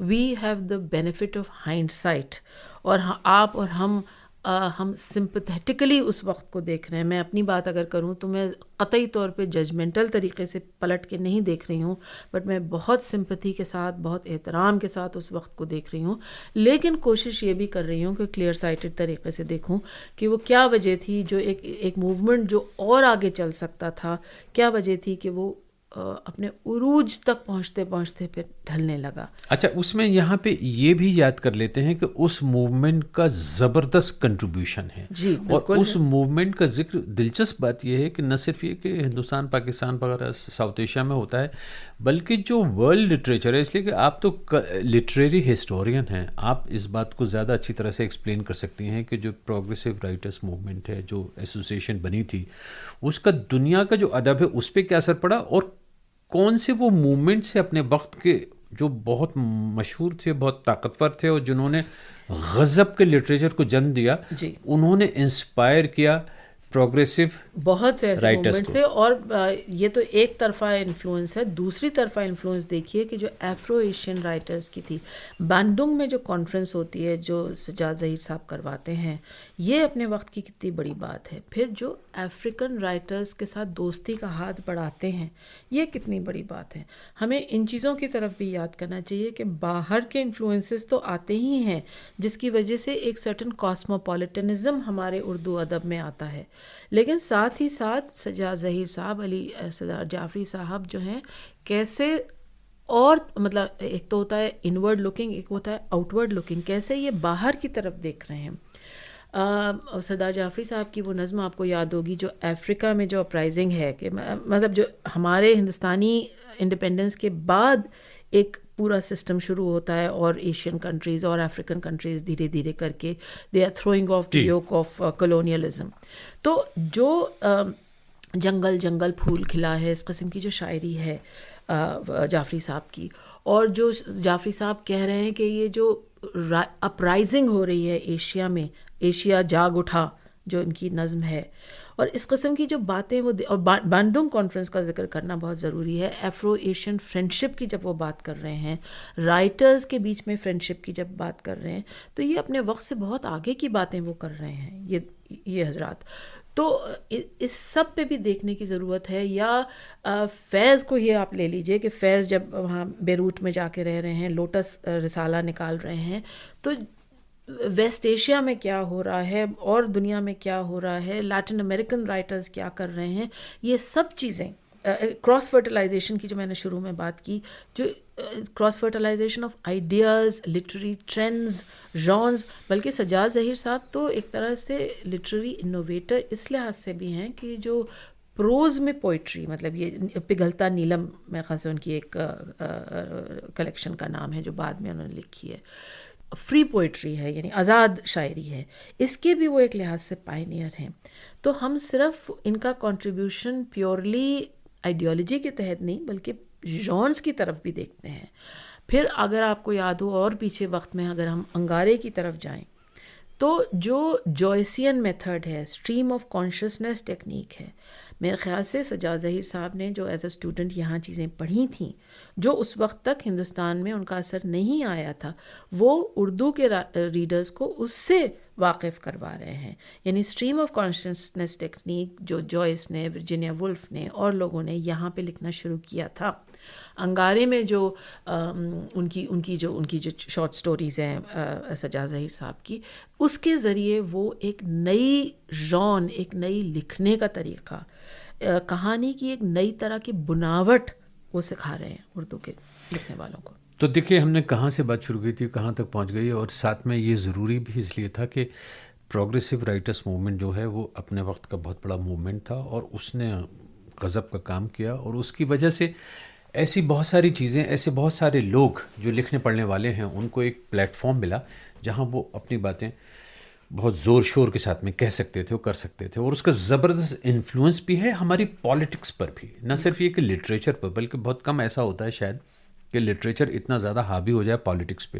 یہ پروگریسو رائٹرس موومنٹ کا مجھے لگتا ہے کہ بہت بڑا کنٹریبیوشن یہ بھی تھا. اس کو وہیں چھوڑ دیتے ہیں. عالم مسرور صاحب سے بات ہوتے ہوئے ان کی شاعری تک پہنچ نہ پائی تھی کہ اچانک یہ پروگریسو رائٹرس موومنٹ بیچ میں آ گیا. عالِ مسرور صاحب سے ہر موضوع پہ بات ہوئی تھی، اور ابھی جب ترقی پسند موومنٹ کا ذکر چلا تھا اور ہم نے یہ دیکھا کہ وہ کہاں اپنے آپ کو بیچ میں رہ کے اپنی بات کو آگے کہتے ہیں، شاعری کے حوالے سے یا اپنے کرٹیسزم کے حوالے سے بھی، اس کا مجھے احساس تب ہوا جب میں نے ان سے اقبال کے بارے میں کچھ سوال کیا. تو میں نے اس سے پہلے یہ سن رکھا تھا کہ اقبال پہ اگر ہندوستان میں کسی کا کام ہے غضب کا تو وہ عالِ مسرور صاحب کا کام ہے. اور پھر انہوں نے بتایا کہ انہوں نے تو اقبال کو خط بھی لکھا تھا اور اقبال صاحب کا جواب بھی آیا تھا. یہ بڑے فخر کے ساتھ انہوں نے باتیں بتائی. یہ سب چیزیں محفوظ ہیں اس وقت نیشنل آرکائیوز میں. یہ تو بہت کمال کی بات ہے. پھر اس کے بعد میں نے یہ دیکھا کہ میں نے جب کرٹیسزم کی بات کی اقبال کی، اس قدر خوبصورتی سے اور کشادہ دلی سے، کھلے دماغ سے انہوں نے اس کو ایکسیپٹ کیا، اور انہوں نے کہا کہ ہاں اقبال کیا یہ باتیں ہیں، اقبال کیا یہ باتیں ہیں، اقبال سے لوگ یہ بھی سوال کرتے ہیں. ایسا نہیں، یعنی یہ وہ اسکالر ہیں جو اقبال کا جھنڈا اٹھاتے ہیں عالِ مسرور صاحب، لیکن جب کرٹیسزم کی بات آتی ہے تو وہ بات بھی کہتے ہیں، اور خاص طور پہ خواتین کے حوالے سے کہیں ایک دو چیزیں ریفرنسز میں انہوں نے اقبال کے بارے میں کہا کہ ہاں اقبال پر یہ زبردست کرٹیسزم بنتا ہے. تو میں یہ کہہ رہا ہوں کہ یہ عالِ مسرور صاحب کی شخصیت تھی کہ وہ بڑے بے جھجک، اور ان کے پاس ایسے الفاظ ہوتے تھے کہ وہ ہر چیز کو جسٹیفائی کر سکتے ہیں. کہ وہ اقبال کے بارے میں اگر بات کہہ رہے ہیں ان کی سپورٹ میں، تو بھی اس کو بہت مضبوط طریقے سے کہہ رہے ہیں، اور جہاں اقبال کے حصے میں کرٹیسزم آتا ہے تو اس کو بھی بہت خوبصورت طریقے سے اس کا اظہار کر رہے ہیں. جی مجھے لگتا ہے کہ جو اقبال کا ریہیبلیٹیشن ہوا ہے اکیڈیمک سرکلز میں انٹلیکچولی، اس میں کافی حد تک سرور صاحب کا رول اس لیے رہا ہے کہ ڈسپیشنیٹلی اکیڈیمکلی انٹلیکچولی اقبال کو دیکھنا اور ان کو پاکستان کے فادر آف دا نیشن سے جدا کر کے صرف ان کی شاعری کے حوالے سے سمجھنے میں جو رول رہا ہے، اس میں مجھے لگتا ہے کہ ابا نے جو وقت، سرور صاحب نے جو وقت گزارا ایز ڈائریکٹر اقبال انسٹیٹیوٹ، اور جس قسم کا کام ان کی ڈائریکٹرشپ کے دوران اقبال انسٹیٹیوٹ میں ہوا، جس قسم کی ریسرچ ہوئی، جس قسم کے سیمینارز کیے جاتے تھے، جس قسم کے لوگ بلائے جاتے تھے جو اور ادب سے بھی واسطہ رکھتے تھے، انگریزی کے استاد خوشونت سنگھ وغیرہ وغیرہ، تو مجھے لگتا ہے کہ اقبال کو سمجھنے میں شاید آسانی ہوئی، کیونکہ انڈیپینڈنس کے فوراً بعد جو ایک ڈیمونائزنگ ہوئی تھی اقبال کی، کہ just because he was the father of the two nation theory عام لوگوں کے ذہن میں، انسیڈنٹلی وہ ڈیمونائزنگ آج بھی ہو رہی ہے. ہاں وہ تو آج بھی وقتاً فوقتاً اقبال کی شاعری پیلی بھیت کے کسی اسکول میں لب پہ آتی ہے دعا، کسی بچے نے پڑھ دی تو پرنسپل کو نوکری سے نکال دیا گیا. بریلی میں FIR ہو گیا ٹیچر پہ کیونکہ ان کے اسکول میں بچے نے لب پہ آتی ہے دعا پڑھ لی. تو اس قسم کی جب ڈیمونائزنگ ہو رہی ہے تو مجھے لگتا ہے کہ سرور صاحب کی سین آواز کو پھر سے سننے کی ضرورت ہے، جو ان کو صرف ایک مسیحا نہیں دیکھ رہا ہے، علامہ کے علاوہ ان کو وہ ایک شاعر کے طور پہ دیکھ رہا ہے. اور he is I think saying Iqbal what's and all, کہ ان کی جو کمیاں ہیں، جو ان پہ آپ جو چیزوں پہ ان پہ انکش لگا سکتے ہیں، وہ سب چیزیں دیکھنے کو تیار ہیں. بہت عمدہ. میں سمجھتا ہوں کہ ہم گھنٹوں بات کر سکتے ہیں عالِ مسرور صاحب کے بارے میں، لیکن رخشندہ جلیل یہ پروگرام تھوڑا بہت آپ کا بھی ہے. جی اس لیے کہ آپ کے نانا کا ذکر ہو گیا، یعنی عالِ مسرور صاحب کا، اور ابھی تک یہ ہم نے کہیں بات نہیں کی کہ رخشندہ جلیل کا اپنا کام کیا ہے. ایسے ہی میں آپ کا پروفائل انٹرنیٹ پہ ابھی دیکھ رہا تھا، تقریباً 15 سے زیادہ آپ کی کتابیں ہیں الگ الگ ٹاپکس پہ، تھیمز پہ، اور اس کے بعد میں 50 سے زیادہ آپ کے پیپرز ہیں، اکیڈمک پیپرز ہیں، جو دنیا بھر کے جو ادبی رسالے ہیں، میگزینز ہیں، ان میں شائع ہوئے ہیں. اب جیسے میں جلدی سے، اس لیے کہ اگر میں اس تفصیل میں جاؤں گا تو مجھے 2 گھنٹے چاہیے صرف آپ کے کام کے بارے میں بات کرنے کے لیے. اردو سٹوریز 2002 میں ایک آپ کا سلیکشن جو ہے وہ مجموعہ ہے وہ شائع ہوا ہے، جس میں کہ پاکستانی جو خواتین ہیں، جو رائٹرز ہیں، نائدر نائٹ نار ڈے، یہ پاکستانی ویمن رائٹرز جو ہیں ان کے حوالے سے آپ کی کتاب ہے. تھوڑا بتائیے، یاد دلائیے مجھے کیا ہے اس میں. اس میں پاکستانی عورتوں کی کہانیاں ہیں، خدیجہ مسرور وغیرہ، لیکن کچھ ایسے نام ہیں جو نئے ہیں، جو ہم نے ہندوستان میں کم سے کم اس وقت تک نہیں سنے تھے. تو ہارپر کالنز نے اس کتاب کو چھاپا. سن 2007 میں یہ کتاب آئی تھی. پھر اس کے بعد میں new Urdu writings from India and Pakistan یہ 2013 میں. دیکھیے کوئی بھی انتخاب سبجیکٹیو ہوتا ہے, اس لیے ایک انتخاب دوسرے انتخاب سے جدا اس لیے ہوتا ہے کہ جو ایڈیٹر کے اپنے بائسز ہوتے ہیں, اپنی پسند ناپسند ہوتی ہے, وہ نکل کے آتی ہے. تو اب کوئی چیز مجھے پسند ہو سکتی ہے, کسی اور کو نہیں پسند ہو سکتی ہے. تو اس میں جو چیزیں مجھے بہت نایاب لگیں, مجھے لگا کہ ہندوستانی ریڈر کے لیے یہ چیزیں نایاب ہیں, تو وہ کہانیوں کا میں نے انتخاب کیا. اس کو ویسٹ لینڈ نے چھاپا تھا, لیکن ویسٹ لینڈ تو بند ہو گیا. ہاں, اب وہ آؤٹ آف پرنٹ ہے. جی. پھر مجھے یاد آتا ہے pigeons of the domes, stories of communalism. جی. یہ سب اس میں یہ ایسیز ہیں اس میں نا؟ نہیں, یہ کہانیاں ہیں. میں ایک پیگ ڈھونڈتی ہوں. اگر آپ جرنلسٹک کانسیپٹ سمجھتے ہیں, آپ ضرور واقف ہیں کہ ایک کہانی کو ٹانگنے کے لیے ایک پیگ کی ضرورت ہوتی ہے. ایسے ہی اینتھولوجی کو ایک پیگ کی ضرورت ہوتی ہے, یعنی کس چیز پہ یہ چیز آخر یہ کیوں کلیکٹ کی گئی ہیں کہانیاں. پجنز آف دا ڈوم جو ہے وہ کہانیاں ہیں کمیونلزم پہ. دیکھیے communalism is the elephant in the room, it needs to be called out. آنکھیں موند کے ہم بیٹھ جائیں اور کہیں کہ نہیں کمیونلزم جیسی چیز تو ہے ہی نہیں اور حالات بہت بہت اچھے ہیں, ایسا نہیں ہے. Communalism is a fact of life. جو چیز ہمارے ارد گرد ہے, تو کیسے ممکن ہے کہ لکھنے والے نے اس پہ ذکر نہ کیا ہو اور آج کے لکھنے والے نے اس پہ ذکر نہ کیا ہو. انفارچونیٹلی جب ہم اردو کی کہانی کی بات کرتے ہیں تو ہم منٹوں سے بات کو شروع کرتے ہیں, بیدی, چغتائی. مجھے آج کے ادب میں بھی دلچسپی ہے, تو میں دیکھنا چاہتی ہوں کہ شوکت حیات ہوئے یا اشرف صاحب ہوئے, یہ لوگ کیسے اس بات کو سمجھتے ہیں. تو وقتاً فوقتاً میں کوئی ٹاپک ایسا ڈھونڈتی ہوں جیسے کمیونلزم ہوا یا اور چیزیں ہیں, تو آج کا لکھنے والا اس سبجیکٹ کو, اس موضوع کو کیسے ذکر ملتا ہے ہمیں پیجنز آف دا ڈومز میں. جی. جی. آپ نے مونومنٹس وغیرہ کے بارے میں بھی, جی, دلی کے بارے میں, انویزیبل. جی, انویزیبل سٹی. ایک زمانہ تھا جب مجھے دلی کی جو بلٹ ہیریٹیج ہے, خاص طور سے وہ عمارتیں جو بڑی عمارتیں نہیں ہیں, اتنا قطب مینار یا ریڈ فورٹ وغیرہ نہیں, لیکن جس کو کہتے ہیں کہ امبیرسمنٹ آف رچز, یعنی ہمارے یہاں تو اس قدر چیزیں ہیں. آپ ساؤتھ دہلی کے کسی محلے میں ٹہلنے نکل جائیے اور آپ کو کوئی نہ کوئی عمارت نظر آئے گی. لیکن اب تو پھر بھی کم ہے. 20-25 سال پہلے جب میں نے یہ اس پہ کام شروع کیا تھا تو بہت کم نالج تھی. اب ہیریٹیج واکس بھی ہوتی ہیں اور لوگوں کو بہت دلچسپی ہونے لگی ہے, لیکن اس وقت دلچسپی کم تھی. تو انویزیبل سٹی نام اس لیے رکھا گیا تھا کہ یہ شہر ہیں, 9-10 شہر ہیں دلی, لیکن یہ ایک لحاظ سے انویزیبل ہیں کیونکہ آپ کو معلوم ہی نہیں اس کے بارے میں, آپ جاتے ہی نہیں. جب آپ جاتے ہی نہیں تو وہ ایک طرح سے انویزیبل ہیں.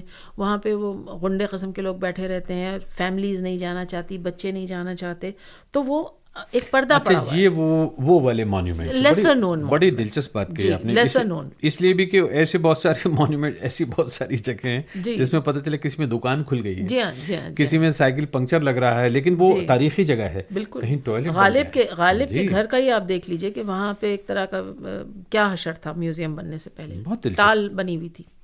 پارٹنرز ان فریڈم, یہ جامعہ ملیہ اسلامیہ کے حوالے سے یہ کتاب میں نے پروفیسر مشیر الحسن صاحب کے ساتھ لکھی تھی. یہ جامعہ ملیہ اسلامیہ کی ہسٹری ہے ایک لحاظ سے. جی. Journey to a holy land. جی, یہ ایک صاحب تھے جنہوں نے, آپ کو یاد ہوگا کہ سفر ناموں کا ایک ٹریڈیشن ہے جو اردو میں بہت لمبے عرصے سے ہے. مجھے اتنی اچھی طرح سے اس لیے یاد ہے کہ میں نے ایک سفر نامہ خود پڑھا ہے, لمبے تقریباً 20-22 ایپیسوڈز میرے خیال سے اس میں شامل تھے, خواجہ احمد عباس کا. جی. اور اس کا نام تھا مسافر کی ڈائری, جس کو کہا جاتا ہے کہ اردو کا پہلا ماڈرن سفر نامہ ہے. جی جی جی. تو اردو میں سفر نامے کی روایت رہی ہے اور اب بھی لکھے جاتے ہیں. مستنصر ترار صاحب جو پاکستان کے ہیں, انہوں نے تو بہت طرح کے سفر نامے لکھے ہیں. بہرحال یہ ایک صاحب تھے جو اودھ سے نکلے حج پہ, اور انہوں نے ایک سفر نامہ لکھا. ہاں, میں نے بہت ذکر سنا اس کا. تو journey to a holy land جو ہے, یہ اس سفر نامے کا ترجمہ بھی ہے اور اس میں ایک طرح کا انٹروڈکشن ہے. یہ بھی میں نے پروفیسر مشیر الحسن کے ساتھ کیا تھا, جس میں ہم نے ایک انٹروڈکشن لکھا تھا, اور اس میں بہت سی چیزیں ہیں جو سی روٹس تھے, جو شپنگ روٹس تھے, شپ سے لوگ جایا کرتے تھے, ان کی کیا سوشیو اکنامک پروفائل ہوتی تھی ان حاجیوں کی, تو یہ کس قسم کے لوگ تھے. اردو سے ٹرانسلیٹ یہ ترجمہ تھا اور ایک انٹروڈکشن تھا.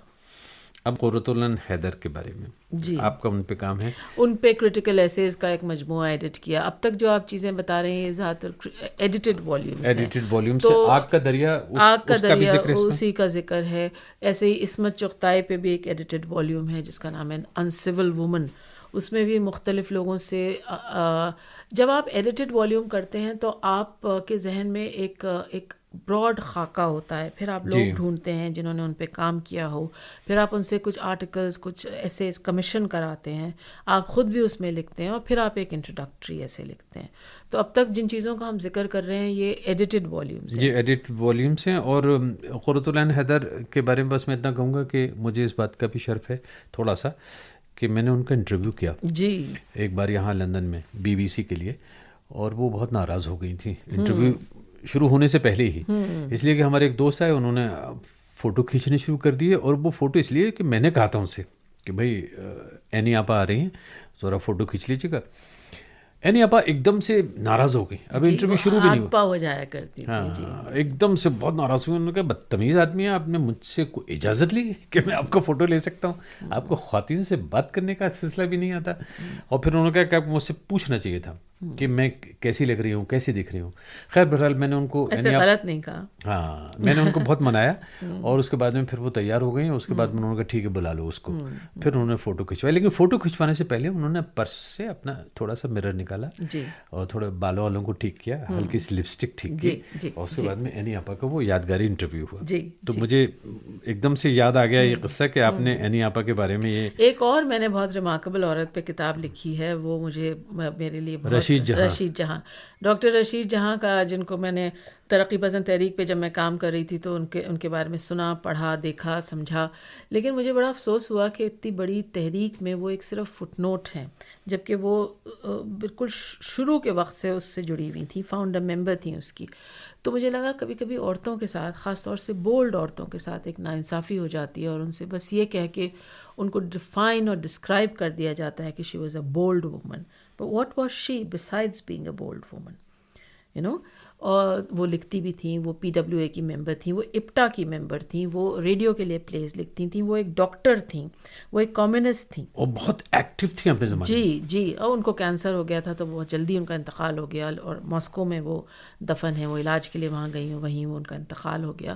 تو مجھے لگتا ہے کہ چاہے وہ عصمت ہوں، چاہے وہ رشید جہاں ہوں، ہم ناانصافی کرتے ہیں عورتوں کے ساتھ، ان کو صرف ان کے آؤٹ ورڈلی کیریکٹر سے ڈیفائن کر کے.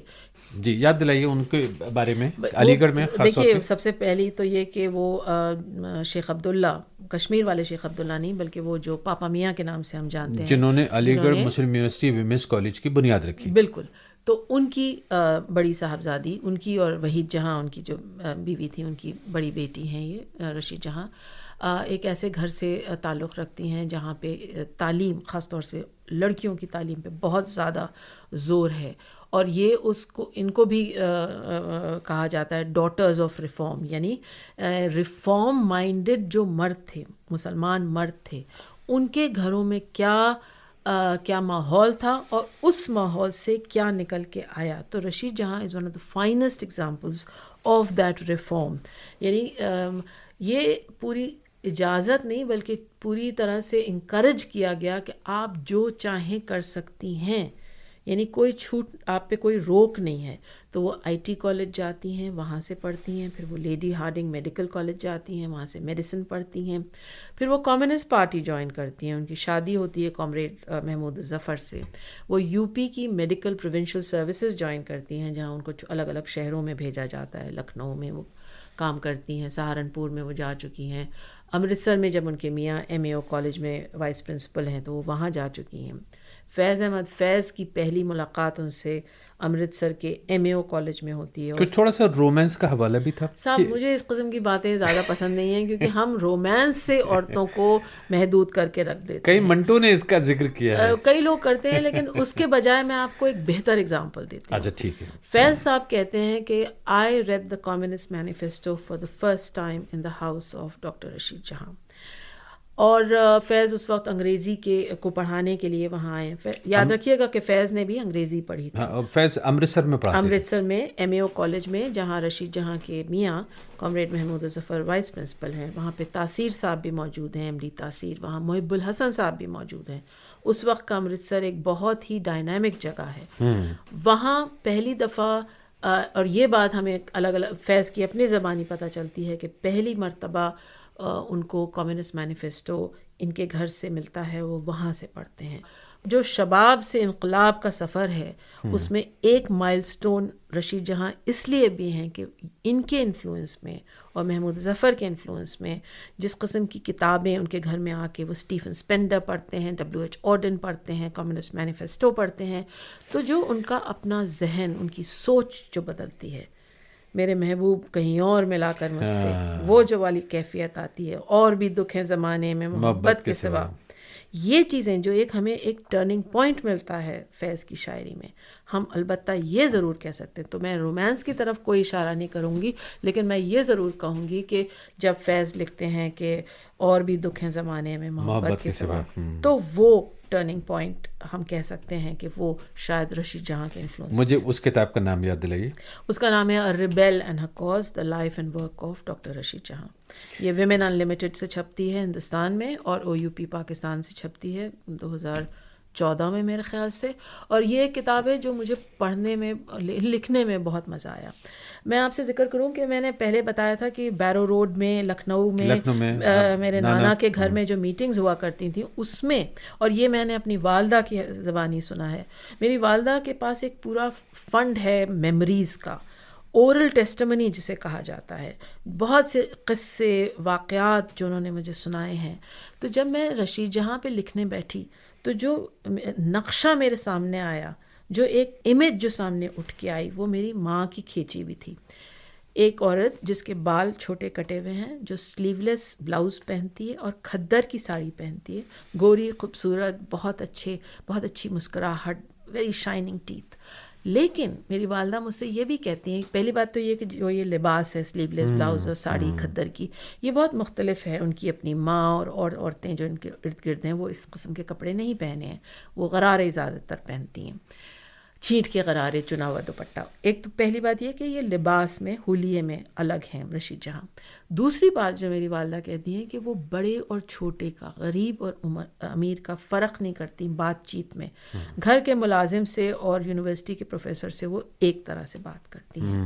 کوئی بہت عالم فاضل, کوئی آیا وائل بڑا لکھنے والا, اور گھر میں کوئی بچہ ہے جیسے کہ میری والدہ, ایک طرح سے بات کرتی ہیں. جب ممی اس کو مجھے بتاتی ہیں تو وہ یہ کہتی ہیں کہ شاید چونکہ وہ ایک کمیونسٹ تھیں تو ہر لحاظ سے انہوں نے جیتی تھیں کمیونزم. وہ جو ہم نے کمیونزم کو ایک بہت ایسوٹرک چیز بنا دیا ہے, لیکن اصل کمیونزم یہ ہے جو ایک بچے کو یاد تھا اور اس نے اتنے سال بعد جب بیان کیا. رشید جہاں کی شخصیت میں وہ ہم کو نظر آتا ہے. جی, آپ نے بہت باغیوں پر کام کیا ہے. جی ہاں, مجھے باغی پسند ہے. جیسے سعادت حسن منٹو کی بھی آپ نے وہ مضامین نکالے جو بہت دلچسپ ہیں, لیکن بہت ہی تکلیف دہ بھی ہیں اور بہت الگ نوعیت کے ہیں, جیسے سیاہ حاشیے. جی منٹو کو دیکھ کے مجھے لگتا ہے کہ ان کو دنیا کو دیکھنے کی نظر ان کی الگ تھی, ان کو دیکھنے کا طریقہ الگ تھا. ایک کہانی ہے سیاہ حاشی, چھوٹے سے ہائکو جیسی کہانیاں ہیں, چھوٹی چھوٹی 5, 6, 8 لائنوں کی, کبھی کبھی 1 پیج کی بس. ایک ماں اور بچہ, ایک ماں ہے اپنے بچے کو سڑک پہ کھینچتی ہوئی لے جا رہی ہے. بچہ ایک دم سے ایک اشارہ کرتا ہے اور کہتا ہے دیکھو دیکھو جیلی. وہ جیلی نہیں ہے, وہ خون ہے جو تھوڑی دیر پہلے ایک گولی چلی ہے اور کوئی آدمی ہے جس کو وہ گولی لگی ہے. یہ وہ وقت ہے جو 47 کے دنگے ہو رہے ہیں, کمیونل وائلنس جو ہے, اور وہ جو بچے کو جیلی نظر آتی ہے وہ اصل میں خون ہے. تو یہ صرف ایک منٹو ہے جو اس طرح سے ایک بہت ہی باربیرک چیز کو بتاتا ہے. تو منٹو کو جتنا میں پڑھتی ہوں وہ مجھے سمجھ میں آتا ہے کہ جو انہوں نے اپنے لیے کہا تھا کہ میں درزی نہیں ہوں, میرا کام ایک ننگے سماج کو کپڑے پہنانا نہیں ہے. اگر سماج ننگا ہے تو میں اس سماج کے ننگے پن کو ہی دکھاؤں گا, کیونکہ میرا کام اس کو کپڑوں سے ڈھانکنا نہیں ہے. بالکل کہا منٹو نے. آپ نے اس کتاب کا نام رکھا بلیک بارڈرز. جی, بلیک بارڈرز. تو یہ اور ایک اور اس کے بعد تھی نیکڈ وائسز, ننگی آوازیں. ہاں جی. اور مگر یہ جو بلیک بارڈرز بہت پہلے آئی تھی 2003 میں. بلیک بارڈرز سیاہ حاشیے کا ترجمہ تھا, اور وہ جیسا میں نے کہا اس میں چھوٹی چھوٹی کہانیاں ہیں, ہائکو جیسی بالکل ہی. کچھ جیسے مثلاً کچھ لوگ تھے دنگائی تھے کہ وہ جو تھے وہ انہوں نے جوتوں کا ہار پہنا دیا گنگا رام کو, پھر گولی چلی, ان پہ لاٹھی چارج ہوئی تو وہ علاج کے لیے گنگا رام ہاسپٹل لے جائے گا وہاں لے جاتے ہیں. تو یہ منٹو ہی کہہ سکتے ہیں کہ دیکھیے زندگی آئرنی سے بھری ہوئی. یہ آئرنی آج بھی چل رہی ہے, آج بھی چل رہی ہے. گنگا رام کے حوالے سے تو واقعی چلتی ہے پاکستان میں, اس لیے کہ گنگا رام کو, سر گنگا رام کو, جو لاہور ہے خاص طور پر, اس کا جو ماڈرن آرکیٹیکٹ ہے وہ سر گنگا رام مانے جاتے ہیں. بالکل بالکل. اور آج بھی وہاں پہ مائنورٹیز کے حوالے سے کیا کچھ نہیں ہوتا پاکستان میں, بالکل, وہ بہت انفارچونیٹ. تو it takes a Manto every now and then to show us a society which is not just naked but is unaware of it. یہ آئرنی جو ہے یہ منٹو ہمیں دکھاتا ہے.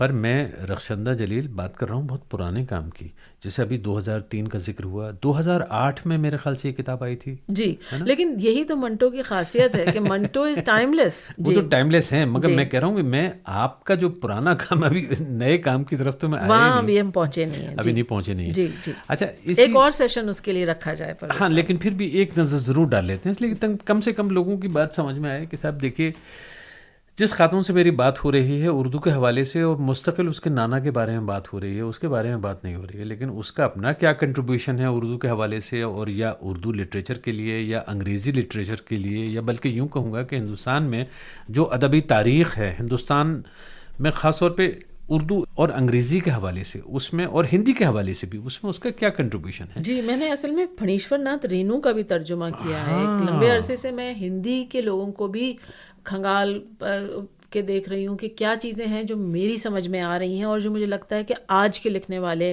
آج کے پڑھنے والے کو ضرورت ہے سمجھنے کی. تو پھنیشور ناتھ رینو مجھے ایک ایسے رائٹر نظر آتے ہیں بہار کے, میلا آنچل والے, جن کو آنچلک کتھاکار بتا دیا گیا. اب آنچلک کیا ہے, یعنی ریجنل. What is regional? آپ نے ڈیسائیڈ کر لیا کہ مین اسٹریم یہ ہے اور یہ جو ہے یہ حاشیے پہ کوئی چیز ہے. تو ہم اکثر, ہم سے میری مراد ہے لٹریری کرٹکس, بہت ناانصافی کرتے ہیں. اور پھنیشور ناتھ رینو کے ساتھ یہ ہوا ہے کہ ان کو ایک آنچلک کتھاکار بتا دیا گیا ہے, جبکہ مجھے لگتا ہے کہ وہ ایک مین اسٹریم رائٹر ہیں. مگر وہ تو راہی موسم رضا کو بھی آنچلک بتایا جاتا ہے آدھا گاؤں کے حوالے سے. جی جی, یہ ہم ایک ناانصافی کرتے ہیں بڑے ادب کے ساتھ اکثر. مثلاً باڑوں کا ذکر, جو چھوٹی ندیوں پہ بڑے بڑے ڈیمز بنا دیے گئے ہیں, اس کا ذکر 1970s میں پھنیشور ناتھ رینو کرتے ہیں. اور جو پیریوڈک فلڈز آتے ہیں اور اس فلڈ سے جڑا ہوا جو کرپشن ہے, جو سکیمز ہیں, کیا یہ ختم ہو گئے ہیں؟ بالکل ختم نہیں ہوئے. آج بھی بہار میں یہی ہو رہا ہے. اور بہار کیا, ملک کے الگ الگ حصوں میں, بہت سارے حصوں میں ہوتا ہے. اس کتاب کا نام مجھے یاد دلائیے. Punch light and other stories. Punch light and other stories, یہ اورینٹ بلیک سوان نے چھاپا تھا. یہ پھنیشور ناتھ رینو. جی, پھنیشور ناتھ رینو کی کہانیوں کا میں نے ترجمہ کیا. کرشن چندر پہ آپ نے بڑا دلچسپ کام کیا ہے, غدار. اب اس کا شرے, اس کا کریڈٹ پوری طرح سے جاوید اختر کو صاحب کو جاتا ہے. جاوید اختر صاحب کرشن چندر کے بہت بڑے فین ہیں.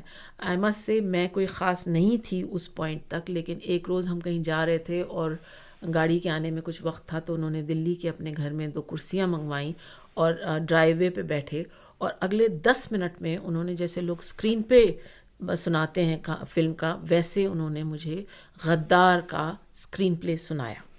And by the end of it I was hooked. مجھے لگا کہ یہ ایک کہانی ایسی ہے جس کا ترجمہ کرنا ضروری ہے. خاص طور سے اس وقت آپ کو یاد ہوگا کہ ہمارے یہاں ایک دور تھا, ہماری منسٹر فار HR شریمتی ایرانی جی کا کہنا تھا کہ یونیورسٹیز میں بڑی ہلچل چل رہی تھی اور غدار لفظ لانچھن کے طور پہ اچھالا جا رہا تھا, چاہے وہ پارلیمنٹ ہو, چاہے کہیں بھی ہو. اگر آپ میرے ساتھ نہیں کھڑے ہیں اور اگر آپ میری رائے سے اتفاق نہیں کرتے ہیں تو you are anti national. Either you are with us or against us. Either you are with us or you are against us. تو غدار کا پریمائس یہی ہے. غدار یہی کہہ رہی ہے, یہ ناول جو 60s میں لکھی گئی تھی, لیکن لوکیٹڈ ہے سپٹمبر اور اگست سپٹمبر آف 1947, اور پارٹیشن ناول ہے.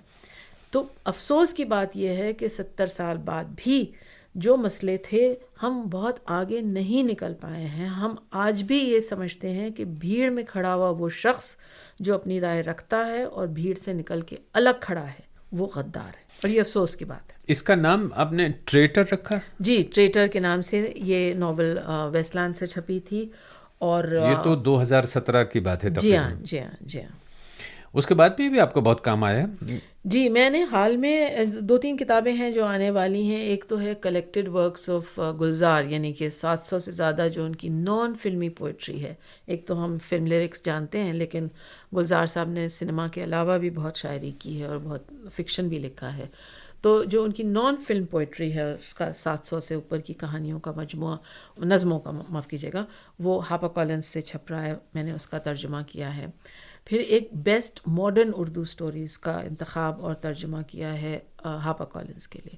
اور ایک چیز جس کی مجھے بہت خوشی ہے، جو میں کر پائی ہوں پچھلے کچھ سالوں میں، وہ ہے زہرا نگاہ کی نظموں کا ترجمہ اردو سے انگریزی میں. مجھے لگتا ہے کہ آج کے دور کی ایک اہم آواز ہیں زہرا نگاہ صاحبہ.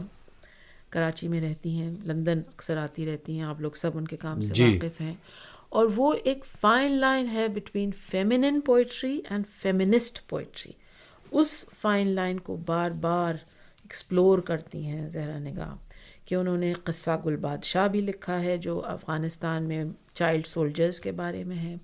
انہوں نے ایسٹ پاکستان میں جو وحشی پناہ ویسٹ پاکستانی فورسز نے کیا اس کا بھی ذکر ہے. اس میں فیمیل فیٹیسائڈ کا بھی ذکر ہے، میں بچ گئی ماں.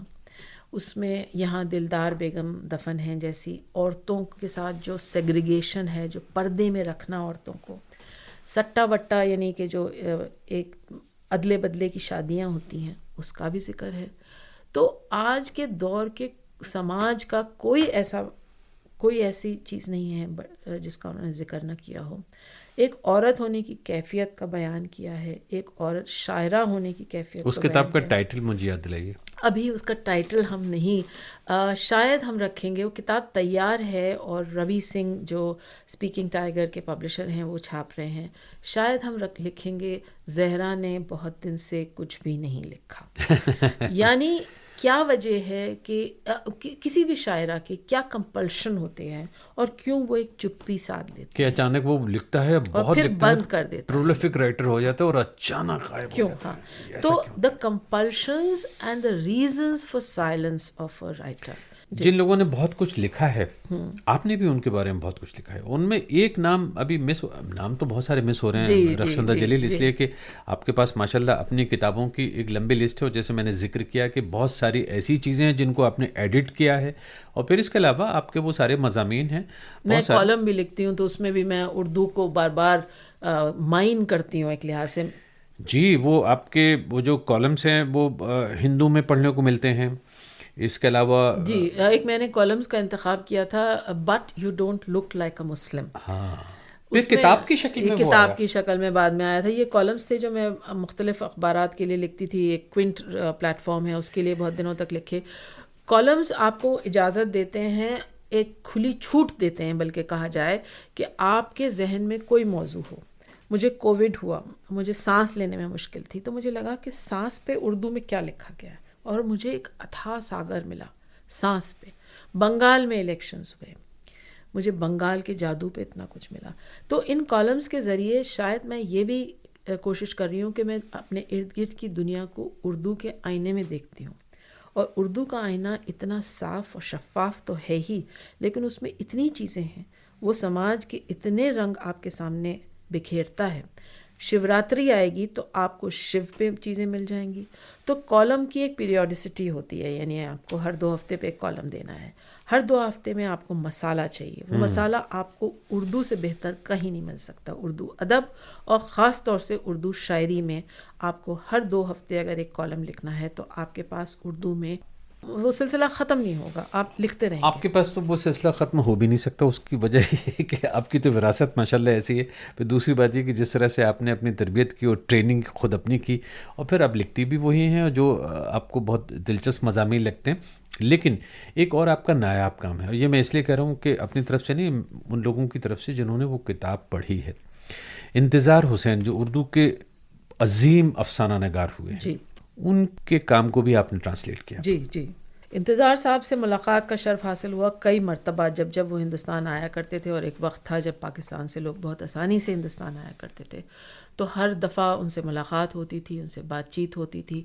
اور انہوں نے اجازت دی تھی کہ ان کی کوئی بھی کہانی، کوئی بھی ناول میں ترجمہ کرنا چاہوں تو میں کر سکتی ہوں.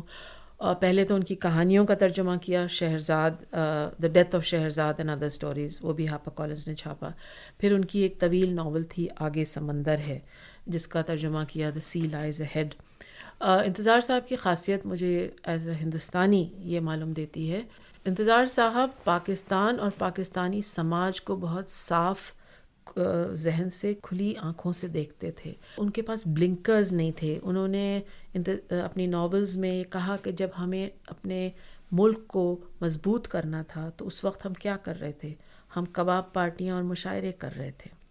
ہم کلاشنکوو میں جب انویسٹ کر رہے تھے اس وقت ہمیں اپنے ملک کی اکانومی کی طرف توجہ دینی چاہیے تھی.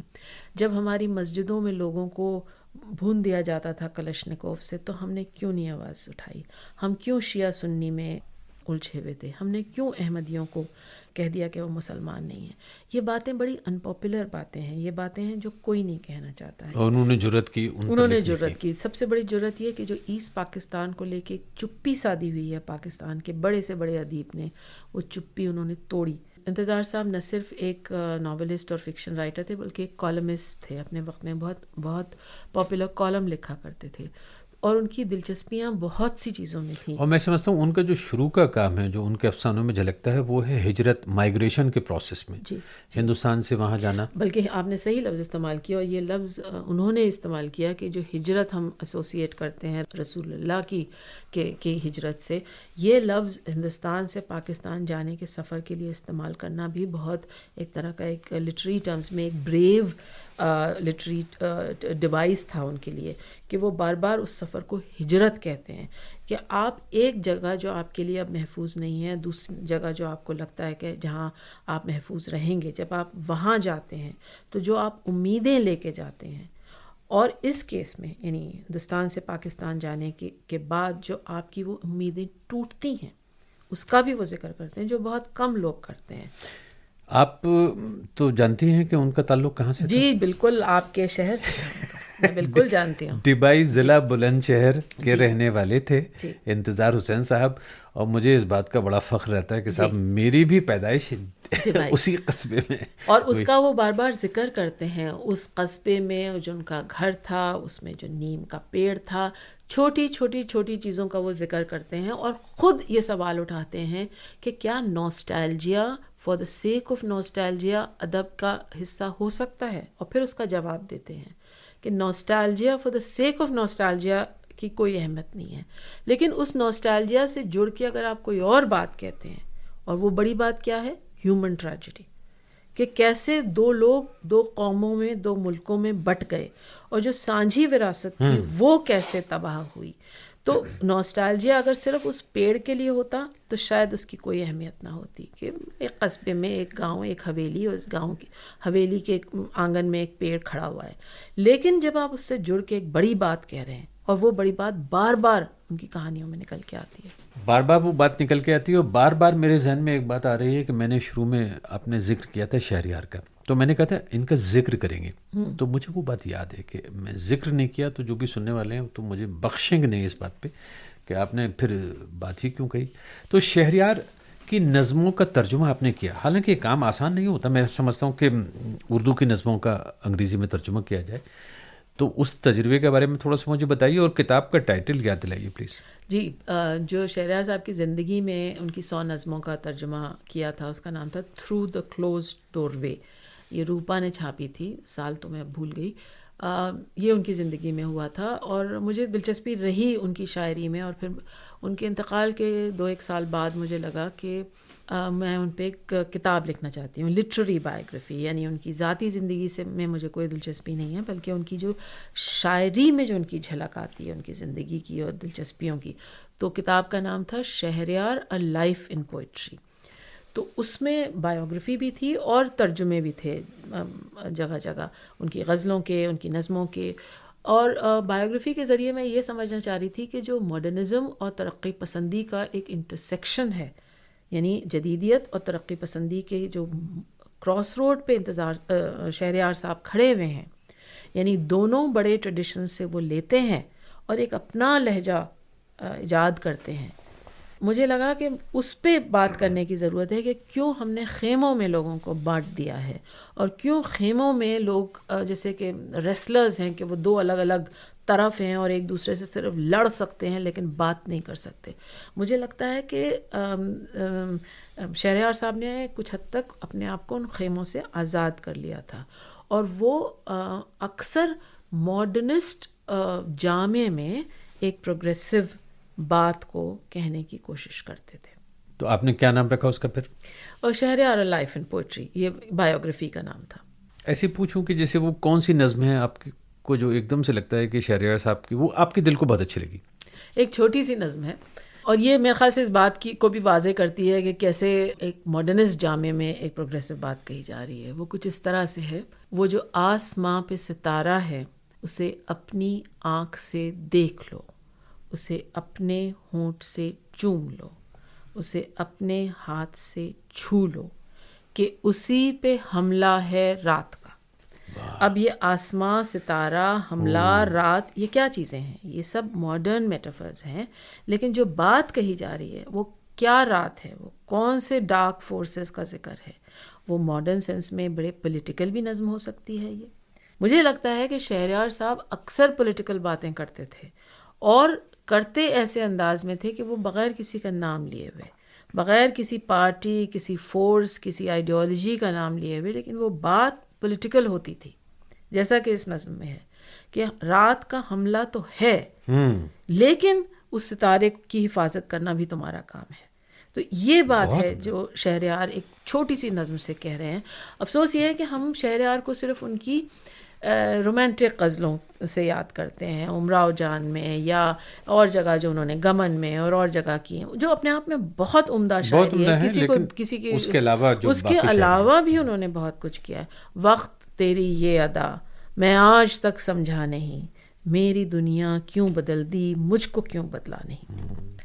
تو اس قسم کی بھی جو شاعری ان کی امید سے کم چشم خریدار میں آئے، ہاں ہم لوگ ذرا دیر سے بازار میں آئے. بالکل. تو اس مطلب کیا کچھ ہے نہیں جو انہوں نے بیان کیا ہے، لیکن اوبلیکلی کیا ہے. اب اس پہ لوگ اعتراض بھی کرتے ہیں کہ کھل کے کیوں نہیں کیا. تو میرا یہ ماننا ہے کہ سب لوگ ایک طریقے سے تو نہیں کر سکتے. وہ تو پھر ساحر کی شاعری الگ ہے، سب کا لہجہ، ٹینر سب کا الگ ہے. ساحر جو ہے چیخ چیخ کے اپنی بات کہتے ہیں. ہاں سب لوگ الگ الگ طرح سے بات کہتے ہیں، اور شہریار کے لہجے میں ایک دھیما پن تھا. وہ دھیما پن ان کے مزاج میں بھی تھا، ان کی شاعری میں بھی تھا، اور یہی ان کی شاعری کا مجھے لگتا ہے اگر آج کا لفظ استعمال کیا جائے تو USP تھا. بہت عمدہ. رخشندہ جلیل، مجھے تھوڑی سی یہاں پہ میری مدد کریے کہ میں اس انٹرویو کو ختم کہاں کروں اور کیسے کروں. اس کی وجہ یہ ہے کہ آپ سے جتنی باتیں ہوئی ہیں ابھی ان میں اتنی ہی باقی ہیں. آپ کی ساری ہی کتابوں کا ذکر نہیں ہوا ہے، اس لیے کہ مجھے یاد ہے کہ آپ نے اصغر وجاہت کے کام پہ بھی جی میں نے مختلف طرح کے کام کیے. تو میرے خیال سے سب سے آسان طریقہ ہے یہ کہہ دینا باقی آئندہ. باقی آئندہ. آپ نے عصمت چغتائی پہ بھی خاصا کام کیا ہے، آپ نے پریتو پہ بھی کام کیا ہے. جی پریتو بھی ایک، جیسا میں نے ذکر کیا تھا کہ نہیں ایک پیگ کی تلاش ہوتی ہے جرنلسٹک ٹرمز میں اگر استعمال کیا جائے. تو مجھے وقتاً فوقتاً ایک آئیڈیا کی، ایک ٹاپک کی، ایک تھیم کی، موضوع کے پیگ کی تلاش ہوتی ہے. پریتو میں کیسے تلاش؟ پریتو میں ہے male gaze. Male gaze cinema سے آیا ہوا ایک ٹرم ہے کہ سنیما میں ایک فیمنسٹ کرٹک نے اس کا استعمال کیا تھا کہ مرد جب عورت کو دیکھتا ہے تو اس کو کیا نظر آتا ہے. اس میں ویشیا نظر آتی ہے، محبوبہ نظر آتی ہے، ماں نظر آتی ہے، کبھی کبھار ساتھی یا دوست نظر آتی ہے. کیا نظر آتا ہے؟ تو سنیما سے ہٹا کے میں نے اس لفظ کو لٹری سینس میں استعمال کیا. میں نے مرد لکھنے والے چنے جو عورت پہ کہانیاں لکھتے ہیں. پریتو جو ٹائٹل سٹوری ہے، تو کتاب کا نام ہے Preeto and other stories. Preeto بھی کرشن چندر کی مشہور کہانی ہے. تو اس میں جتنے بھی لکھنے والے ہیں سب مرد ہیں، لیکن کہانیاں عورتوں کے بارے میں ہیں. اس کے بعد شاید میں کبھی ایک اور اس کے کمپینین والیوم بناؤں گی جس میں ہوگا کہ عورتیں عورتوں کو کیسے دیکھتی ہیں. مجھے وہ یاد ہے، وہ کہانی دراصل کہیں عورت کے نقطے نظر سے بھی ہے. پریتو کوشش کی گئی ہے، کوشش کی گئی ہے جس میں اور اس کے کردار کو جہاں تک میں سمجھتا ہوں کہیں ڈائلیوٹ نہیں کیا گیا, کسی طرح کے کمپرومائز میں نہیں رکھا گیا. صحیح ہے, آپ صحیح فرما رہے ہیں, لیکن ساتھ ہی ساتھ اسی کہانی میں, اسی کلیکشن کے انٹروڈکشن میں نے کرشن چندر کے حوالے سے ایک بات کہی تھی جو بنائن پیٹریارکی کی طرف اشارہ کرتی ہے. کرشن چندر جب عصمت چغتائی کی ایک کہانیوں کا مجموعہ ہے چوٹیں, جب اس کا فورورڈ لکھتے ہیں تو کرشن چندر, جو میں نہیں مانتی کہ بالکل بھی پیٹریارکی کے حقدار ہیں, اپنے وقت کے لبرل آدمی ہیں, فیمنسٹ بھی شاید ہیں, لیکن ان کا جیسا شخص بھی لکھتا ہے عصمت کی کہانیاں اتنی ہی پیچیدہ ہیں جیسے کہ عورت کا دل. تو مجھے اس ایسا اسٹیٹمنٹ بڑا پرابلمیٹک لگتا ہے, کیونکہ مجھے یہ لگتا ہے کہ عورت کا دل کیسے پیچیدہ ہے, آپ کی ممکن ہے سمجھ میں نہ آتا ہو, لیکن اس میں پیچیدگی کا کیا اب یہ اس زمانے کا مسئلہ ہے, اس لیے کہ ہاں یہ چیزیں ٹاپیکل بھی ہو سکتی ہیں. نہیں, میں کہہ رہی ہوں اس زمانے کی بھی بات ہے, جس زمانے میں کرشن چندر تھے, جس زمانے میں عصمت چغتائی تھیں, جس زمانے میں منٹو تھے. منٹو نے اپنے خاکے میں عصمت چغتائی کے بارے میں لکھا ہے کہ جب ان کی پہلی ملاقات ہوتی ہے عصمت چغتائی سے, اور وہ ذکر کرتے ہیں ان کے افسانے کا, لحاف جی, اور پھر جب وہ ذکر کرتے ہیں کلائمیکس کی طرف تو وہ یہ کہتے ہیں کہ وہ عورتوں کی طرح شرما گئی عصمت چغتائی. تو جو بات عصمت چغتائی کو بہت بری لگی کہ یہ کیا بات ہوئی, خیر اس پہ وہ بحث بھی کرتے ہیں کہ کیوں انہوں نے ایسا جملہ لکھا. لیکن میں بات کر رہا تھا پریتو کی, مجھے ایک قصہ یاد آ گیا, چھوٹا سا قصہ ہے. آپ نے کہا ہے کہ جاوید اختر صاحب نے انسپائر کیا آپ کو کرشن چندر کی وہ کہانیاں, بلکہ پریتو بھی انہوں نے ہی مجھے بتائی. دیکھیے میں نے کچھ اور کہانی سنی, ان کے بھائی ہیں سلمان اختر, ان سے ہماری خاصی دوستی ہے. ایک بار انہوں نے ایک قصہ سنایا, اور قصہ کیا سنایا, انہوں نے پریتو کہانی ایک طرح سے نریٹ کی, اور اس پہ ایک شعر, تو شعر دیکھیے بالکل الگ ہے, لیکن یہ کہ کہیں آپ غور کریں تو وہ اس پریتو کہانی سے جڑ جاتا ہے. اس میں ہے کہ ماتھے پہ یہ جو زخم کا گہرا نشان ہے, سچ پوچھئے تو اس کی بڑی داستان ہے. کیونکہ پریتو کہانی کہیں یہی شروع ہوتی ہے, ایسے ہی شروع ہوتی ہے نا کہیں کہ بھائی یہ قصہ کیا ہے, اور کہاں لے جاتا ہے وہ قصہ. تو مجھے پریتو پہ ایک دم سے یاد آ گئی یہ بات. آپ نے اس کا ترجمہ کیا, اور وہ ٹائٹل ہے, لیکن اس میں اور بھی کرشن چندر کی مختلف کرشن چندر کی ہی نہیں اور لکھنے والوں کی کہانیاں ہیں. اس میں 12 میل رائٹرز ہیں اردو کے جنہوں نے عورت کو الگ الگ طرح سے دیکھا ہے. تو میں یہ سمجھتا ہوں کہ ہم جو بہت سی باتیں رہ گئی ہیں ان کو کبھی اپنی ایک اگلی ملاقات کے لیے چھوڑ دیتے ہیں. ضرور, اور بہت ساری باتیں ہوں گی. فی الحال تو میں یہ کہہ سکتا ہوں کہ لندن میں اتنا وقت دینے کے لیے بہت بہت شکریہ. آپ کا بہت شکریہ.